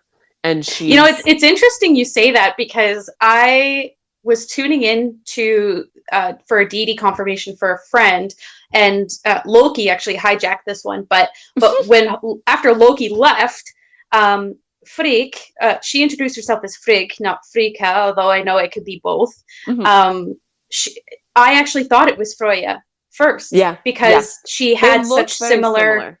Right, they do, and they had kind of similar energy, but when she Mm-hmm. came through in her entirety, I was like, oh, this is an entirely different Yeah. entity. Yeah. Yeah. Freya's energy is one of love and war. Yeah, And yeah. Frega's energy is of home and secrets. Ooh, very well And described. that is That's a how good their description. energy comes through differently for me. It Yeah. doesn't mean that Frega can't come through in a very loving or warrior way, right? But Mm-hmm. and it doesn't mean that Freya can't come through with secrets. I mean, she's known for teaching Odin about Sever, right? But Mm-hmm. it's different in the sense of the roles that they play in the culture and mythology of Right. the Norse mythology. And Right. that's where you'll find the difference. And I think that that's why it's important to go as deep as you can, because I know that it's difficult. Like with Astaroth, I literally just came across the information about Astaroth just the other day when I finally got a book that I've been waiting for. And I was having so much trouble finding like information about Astaroth. Frustration. It was so frustrating because I felt so invalidated in my belief or in my experience with Astaroth, because he's always come through as male for me. He's always come through in a masculine form. So I was very confused as to why, whenever I searched Astaroth online, it was coming up as this goddess. They were like, "Oh my gosh, she's so amazing. She's so wonderful. I call her Aphrodite because that's what she Yeah, prefers," interesting. and things like that. And it was invalidating for what I was going through, which obviously, I'm not going to be like, well, they're wrong. I was getting confused as to why I wasn't able to have my experiences and others' experiences have some sort of bridge over the gap. And Mm-hmm. because I would find sources that would be like, yeah, it's known as a goddess, but then also as a god, and like like they're coming through as a male and then a female, and like all this stuff under the same name and the same, like, spelled the same way. It wasn't until I went outside of where I thought the information would be about him that I got the answer that I was looking for, because I was looking at infernal resources. And within infernal resources, at least where I've found, you'll see it in the book, the complete book of demonolatry by S. Connolly. They do mention that there is an Astoreth and an Astaroth. Okay. And the Astoreth is female, whereas Astaroth is male. Interesting. And so there was that, and I held on to that because I was like, wait, okay, there's something there. But then, like, in the complete in the Dictionary of Demons by M. Ballinger, or M. Ballinger, I believe is the way that you say their name, uh it was talking about an infernal duke, but then also mentioning that they're connected to Astarte. And I was like, okay, I'm so confused. It wasn't until I went to a resource about angels that I got Yeah. the information that I was looking for, because there's actually I believe it's three or four different versions of that name, variations. So there's Astaroth, there's Astaroth, there's Ashtaroth, like ASH, Ashtaroth. Oh, And interesting. then there's Astoreth. Okay, so there's four. And Astaroth, spelled the way that I experience it, and it is a fallen angel that used to be a seraphim, and it is described as male. Well, isn't that how we know him from just Right. our own experiences with him Right. anyway? And Yeah, it would okay, make interesting. sense. It would also make sense with what he is known for in infernal work, which is knowing the past, present, future, and also specifically the fall of angels. Who would know And that better isn't than a seraphim? Isn't research beautiful? It's like the magic school bus. Yeah, no, it's it's great, but this was really interesting because I was like, I wish this information was a little bit more widely known because it makes it really confusing for people like me previously who hadn't known that. Because when you hear Ashtoreth and you hear Ashtaroth and then you hear Astaroth, like you're like, okay, well, they're all the same. They're just pronouncing it differently, but it is very different. The spelling is different. The context is different. The history is different. And that is something that you might not find if you just go from one resource rather than trying to find rabbit trails from where you think that you would find it. Because I did not think I would find that in a dictionary about angels. I thought I would find it in a dictionary about infernals, because that's what I work with him as. But I think it's important to explore as many as you can. And obviously, like, sometimes people aren't going to have the resources to books that everybody else would, right? But it's still important to try your best to try to get to the root of where they come from in that culture. Because regardless of whether you're working with an infernal or a god or a goddess, when you go to the root of where they're coming from, because infernals pretty much always have an angelic root that you can go back to and get more context about the infernal. And so if you're having trouble finding information about an infernal, then where to go but the root source, which would probably be angelic. And that's just, it's hard. I'm not going to say that research is always easy. It's time consuming, and it's a labor of love, but also a labor of frustration a lot of times. But it is something that is very rewarding when you find the answers and or validation that you're looking for. You do a little dance, you do a happy dance, and you're like, yay, I'm so excited. I can't wait. I can't wait to tell everybody what I know now. Yes. But, I think this is a really good point, because we went down this particular conversation topic because we're talking about deities that are not necessarily easy to find information on. And I think that that's where a level of patience is involved as well. Is just have patience. You'll find answers. If you continue to look, you will find likely answers you're looking for. Sometimes you're not meant to know right away either. And sometimes it depends on you have to understand them in the context of how you understand them before you understand how they are in mythology or culturally. Which obviously I'm not talking about closed practice deities. That is excluding that. But I'm talking about, I'm glad you brought that up, because I wanted to be like, hey, by the way, we're not part of closed practices at all. So we're totally talking about, from our own personal practices, which are not closed. Yeah. And everything we're talking about is not within that context. Right. I think it's important to mention that. But I'm talking about how, for example, if you were to have Hera come through for you, and maybe let's say that she's or we'll do Arachne.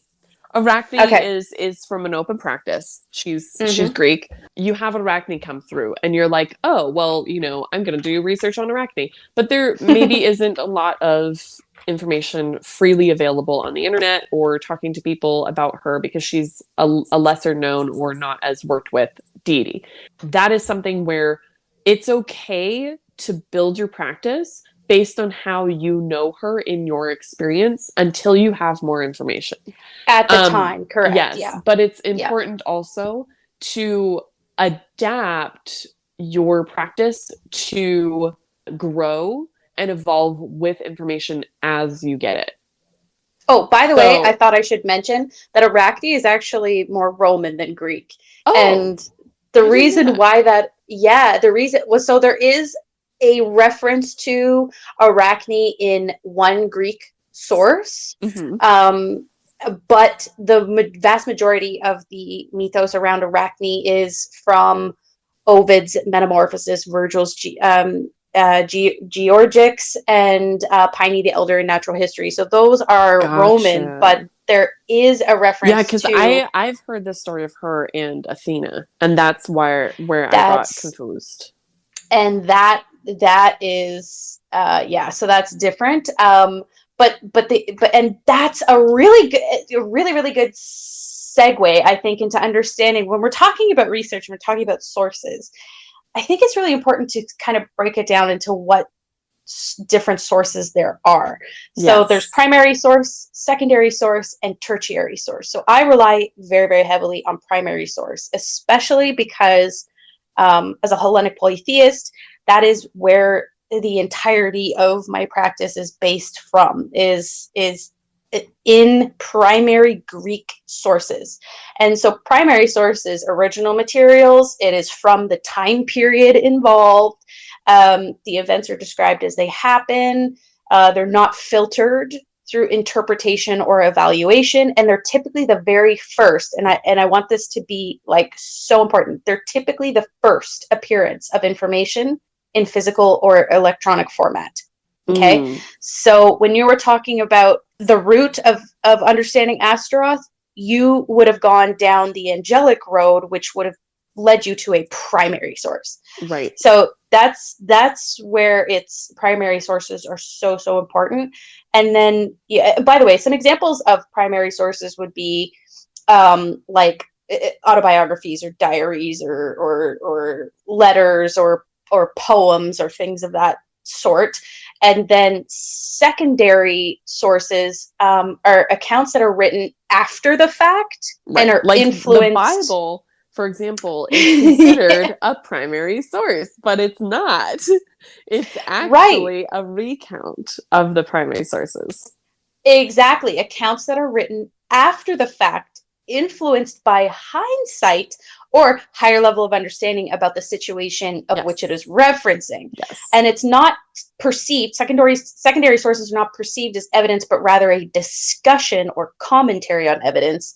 And they often offer analysis, or they restate elements of primary sources, often in new language or in language that is specific to whomever is writing it. So it's kind of like an attempt to explain, interpret, reorganize, summarize. That is secondary. And that, some examples of that would be textbooks, histories. Oftentimes you'll see in textbooks, like, I have 3 degrees. I have a lot of textbooks, and oftentimes in textbooks, they reference primary sources because that is what they are talking about. Biographies also fall into this. Political analysis, commentary, those are secondary sources. And then the last source you have is tertiary. And I do not put a whole hell of a lot of weight into this. It is just, this is where Wikipedia falls in, is tertiary. So it's an attempt to digest and distill information from primary and secondary sources. So it's even further removed. So it's kind of like it's a game of telephone. The further away that you get from the person that's actually saying it, the less you can really trust what they're saying. And this is why it's also important to look at when you have the ability to have a reference book, looking at the sources, like sometimes they have the pages in the back of the book where they talk about the resources where they got the information. And looking at how many are primary sources, or sometimes their only sources are just other people. Other secondary or tertiary sources. And that's when you know that it is not a reliable primary source. And another thing I want to mention about information is not valuable. It just means that it's something that you should always take with a grain of salt and apply to looking for more validation of things that you can explore further rather than the end all be all of your research. Correct. Yes. But another last thing I want to say about tertiary sources, only just because I feel the need to, is that tertiary sources is also where you find dictionaries, encyclopedias, fact books, because there are sources that index, organize, or compile other sources. So there's that sense, and then there's also if a person, if you're reading some type of subject matter where it's an attempt to digest and summarize other information, but it also could just be simply indexing it. Also, tertiary sources are often not credited to a single author. Is another thing. And they're still invaluable pieces of resource material, because that's, like, for example, going back to Astaroth, that's where I found the information on Astaroth, is a dictionary. So correct. And it lists the sources. So I can encyclopedias. Right. Encyclopedias often have a list. Further go down that rabbit hole to explore that root of where that information comes from. And sometimes we need that, and there's nothing wrong with that. But I think no, not at all. There's a couple, like witchy authors who might have like a book where all of their resource material for the information is other people's books who are sourcing from other places. Like it's just kind of hearsay and not really evidential. Right. So there's an importance in understanding that too. And this is not to say that I have never been the person who has been like, oh, well, they said that, so this must be true. Because we all have that time in our lives. Oh, yeah, of course. We're still getting used to researching. I was never taught how to research. It's something where you learn over time, and it's okay if you don't know how to do it. You will learn as you go, and it's okay to not have all of the answers. Okay? Absolutely, and have patience with yourself. Yeah. You might not figure it out all in one day. It might take you years to understand a deity on a deeper level, or understand where they're coming from. So I don't want to make it sound like you have to know a deity inside out within 3 months, 2 weeks, 1 day of knowing them or working with them. This is something that can be built over time and through research and through dedication and through your practice. Well said. And that's exactly it. And I mean, I have lots of tertiary sources in my own personal library, because that's often where I can see chronological series of events from a historical perspective. I can see chronologically what happened with Greece from inception to its Roman conquering and beyond. Right. So that's where I can see a lot of that's where I understand better cultural context, is when I'm looking at the period chronologically with which the secondary or primary information is coming from. Sorry, I just saw an animal like run through my apartment, and I have no animals in my apartment. What was it? It was my wolf. Okay. It was big, and it was like white, but it was in the dark, so it looked like something that it wasn't, but it was Mira. Oh my god, so cute. Sorry, I love that. I was just very taken aback. I was like, wait, what was that? So sweet. But yeah, that's I mean, that hopefully that sort of kind of breakdown of primary source, secondary, and tertiary source kind of helps understand the differences between them, and helps along with your journey of researching as you explore deities either that are well known or not as well known. But all that to say is that if you are experiencing a situation where you're trying to find information on a deity that's not super well known, I often say this to folks, is that's kind of a really interesting situation to be in, where you kind of get to pave your own path of understanding that deity one-on-one in a really sort of I don't know what's the word I'm looking for? Unknown, like, pathway forward. You're kind of chopping through the bush. It's like, for example, with Alyssa, she started working with a goddess a couple months ago named Lissa. And there's like barely any information on her. There's literally nothing. But she was like I need to work with this goddess. Like, I'm feeling so drawn to her, and I don't have any information about her other than this like tiny little snippet of information.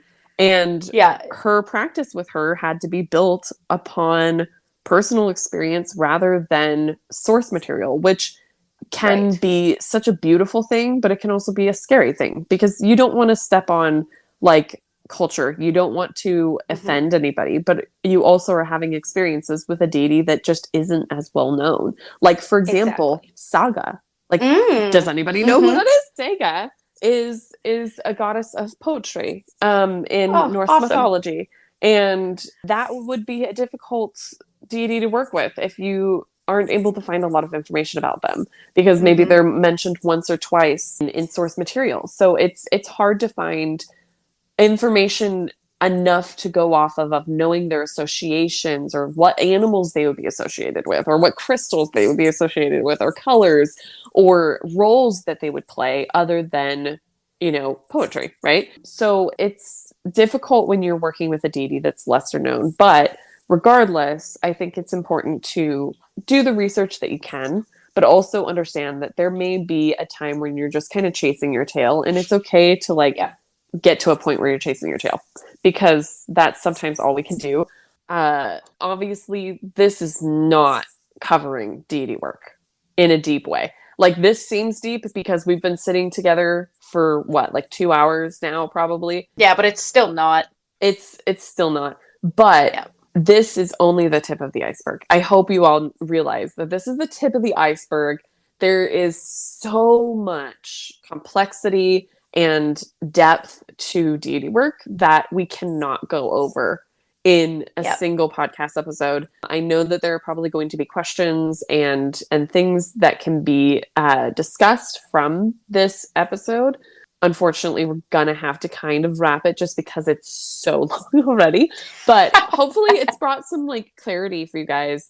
But the one thing that I want to go over before we go is talking about advice that we have for people who are wanting to get started with deity work and don't know where to start, or is maybe intimidated by it, or is curious about it, and where we kind of would give pointers to someone who's looking to begin a journey with deity work.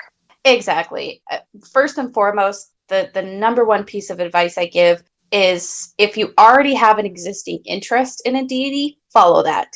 Yeah. Immediately follow that. If there is a deity that has culture, or a pantheon, not close culture. No, not close.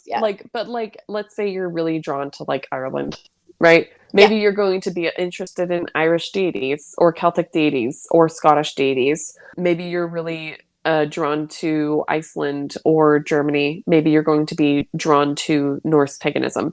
Things like that. But there's also, these gods and goddesses that we've known throughout our lives through media and things like that. Maybe you just have always felt drawn to Athena, and you start looking into Athena, but it might take you down a rabbit hole to someone else. So I agree with Alyssa. Sorry, I totally cut you off and just started going on a rabbit trail. But this is what we do, man. This is what we do. We feed off of each other. I'm just like, I got the baton. I got it. It's like, I've got it now. It's like, oh my god, what's that? This is totally an off the cuff thing, but that long pipe thing that you would tip in and out, and it'd be like, oh, weird. That's what we're passing back and forth. Is that thing? Except we're making the weird noise. Honestly, if you already have an existing interest, there's likely a reason for it. It's either you connected, just a kind of interest. Let's say that you're a singer. If it's kinda. Yeah, looking to singing deities, deities that are associated with song and music, or maybe you're really interested in mermaids. Look at mermaids that you could work with. Maybe you're really interested in deities who are very associated with. I'm sorry, that was Felix. He's like, yeah. Okay, how was that? He's a paid actor. About to say dogs, and then he's a paid actor. Yeah. But maybe you're really interested in working with a deity that would be able to watch over your pets, and you have a lot of dogs, so maybe you're going to look into deities that are associated with dogs. And so it's really okay to explore and just learn. Don't be afraid to just learn. Yeah, and just go for it. Just and you follow the interest. Stay to one pantheon. It's okay to hop around. You don't. Yes, it's good to understand what pantheons and not necessarily pantheons. I don't want to say that. What gods and goddesses may or may not be comfortable around each other, but you're gonna know. You're gonna feel it. It's just gonna be kind of apparent when you're working with them, whether or not they're going to be comfortable with you working with someone else. But I think across the board, it's okay to hop around a little bit, especially when you're just getting started, because the likelihood of you working with 10 deities at once is very unlikely when you're first getting started. And if you are, Yeah. maybe pare it down a little bit. That's a Yeah, yeah. lot. That's a It's a lot lot. of It work. would be a lot for me. And Yeah, I've been doing this I for a have while. 3 on the go, and like I will always now have 3 on the go, and it's a lot. Yeah, it doesn't mean that it can't happen, right? Yeah. But I know that it is, if you are collecting deities like Pokemon, that is something to look at and make Oh, sure that yeah. you're not doing that simply because it's a power trip or because Yeah. you just like, it's okay to worship a bunch of deities. It's Worshipping, yeah. yeah, worshiping easy, or relatively, but Yeah.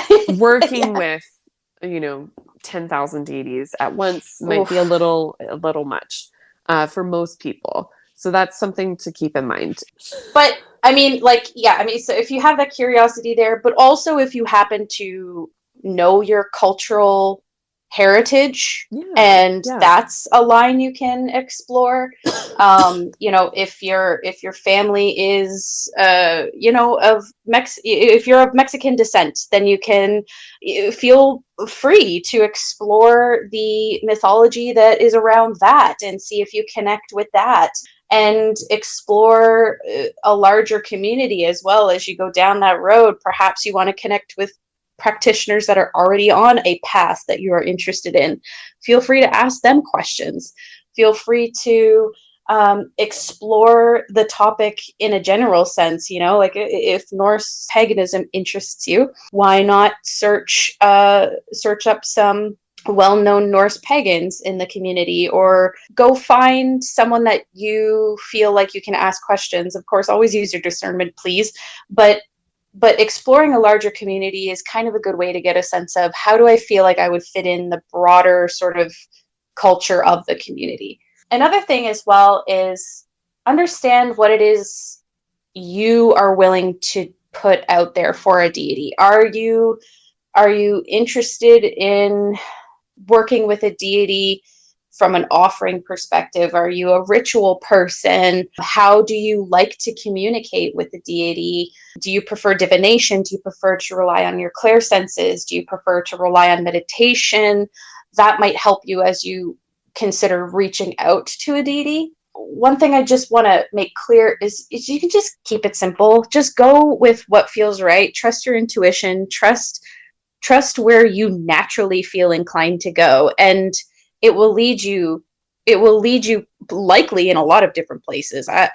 We've all grown and morphed, if you will, throughout our paths. The first deity I worked with, like officially quote unquote worked with, was from an Egyptian pantheon. It was not even Greek. Even though I Yeah. have a super strong connection to Greek deities, the Hellenic pantheon as a whole, it was that wasn't even my first deity that I worked with. Right. And so it's entirely okay to start somewhere and end up somewhere else. Yeah, I totally agree with that. And I think it's also important to remember again that you are going to change and evolve, and your practice will change over time, just as you will change over time. And it's okay to feel drawn to one pantheon or one thing and then branch off from there, or completely do a 180 and just decide that you're not interested in it. Just because you might have a lot of Irish heritage, maybe you're not connected to Irish Mm-hmm. deities or Celtic deities. You don't have to work with what you're connected to. It's okay to explore things that you're not inherently from, as long As as long it's as not it's not, a close friend. Yes. and Yes. that is that's bold, underline, italics, Yes. highlight, circle, Yes. like, learn, and this is on you. This is work that Yes. you have to do as an individual to understand what is a closed practice, learn about cultural appropriation, learn about decolonizing your practice. That's on you. And that's work. And that's Yeah. work you're expected to do, and that's work I really encourage you to do, because you need to be able to operate in this community of practitioners and those who work with deities respectfully, Yes. and to be respectful of paths and practices that are not available to you, Yeah. and those that are. And so that would be another really important foundation to start off with. Yeah, because you're going to make mistakes. I have made mistakes. Alyssa has made mistakes. There have been many things that I have done in my practice, especially when I just started out, that would be considered cultural appropriation. And that's embarrassing. But it's also something that I own up to and I do not do anymore. And I understand is wrong and is not for me. So I think it's important to be willing to adjust and change, take responsibility, right? But also just know that the best you can do is stop and continue a different way. And there's so much that is open to us. We don't need to be taking from closed practices because there's so much that is available to us already that we can utilize. And we don't have to take away from something that is sacred to people who we're not a part of. And that's it's really that simple. So with that said, I think this is where we will end this episode.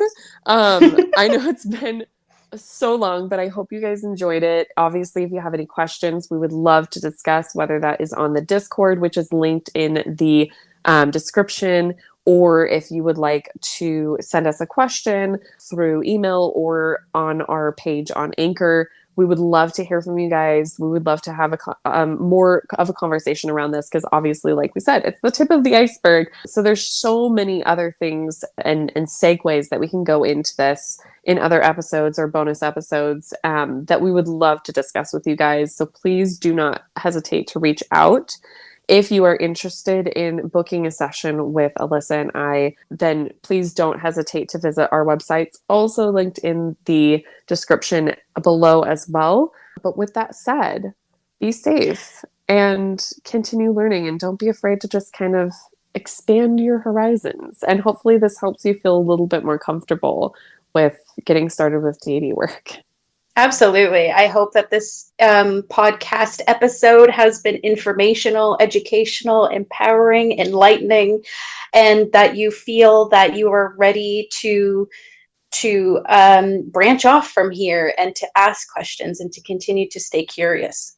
Yes, fly little birds. It's always a pleasure. We love you guys. We'll talk to you. We love you. Bye. Bye.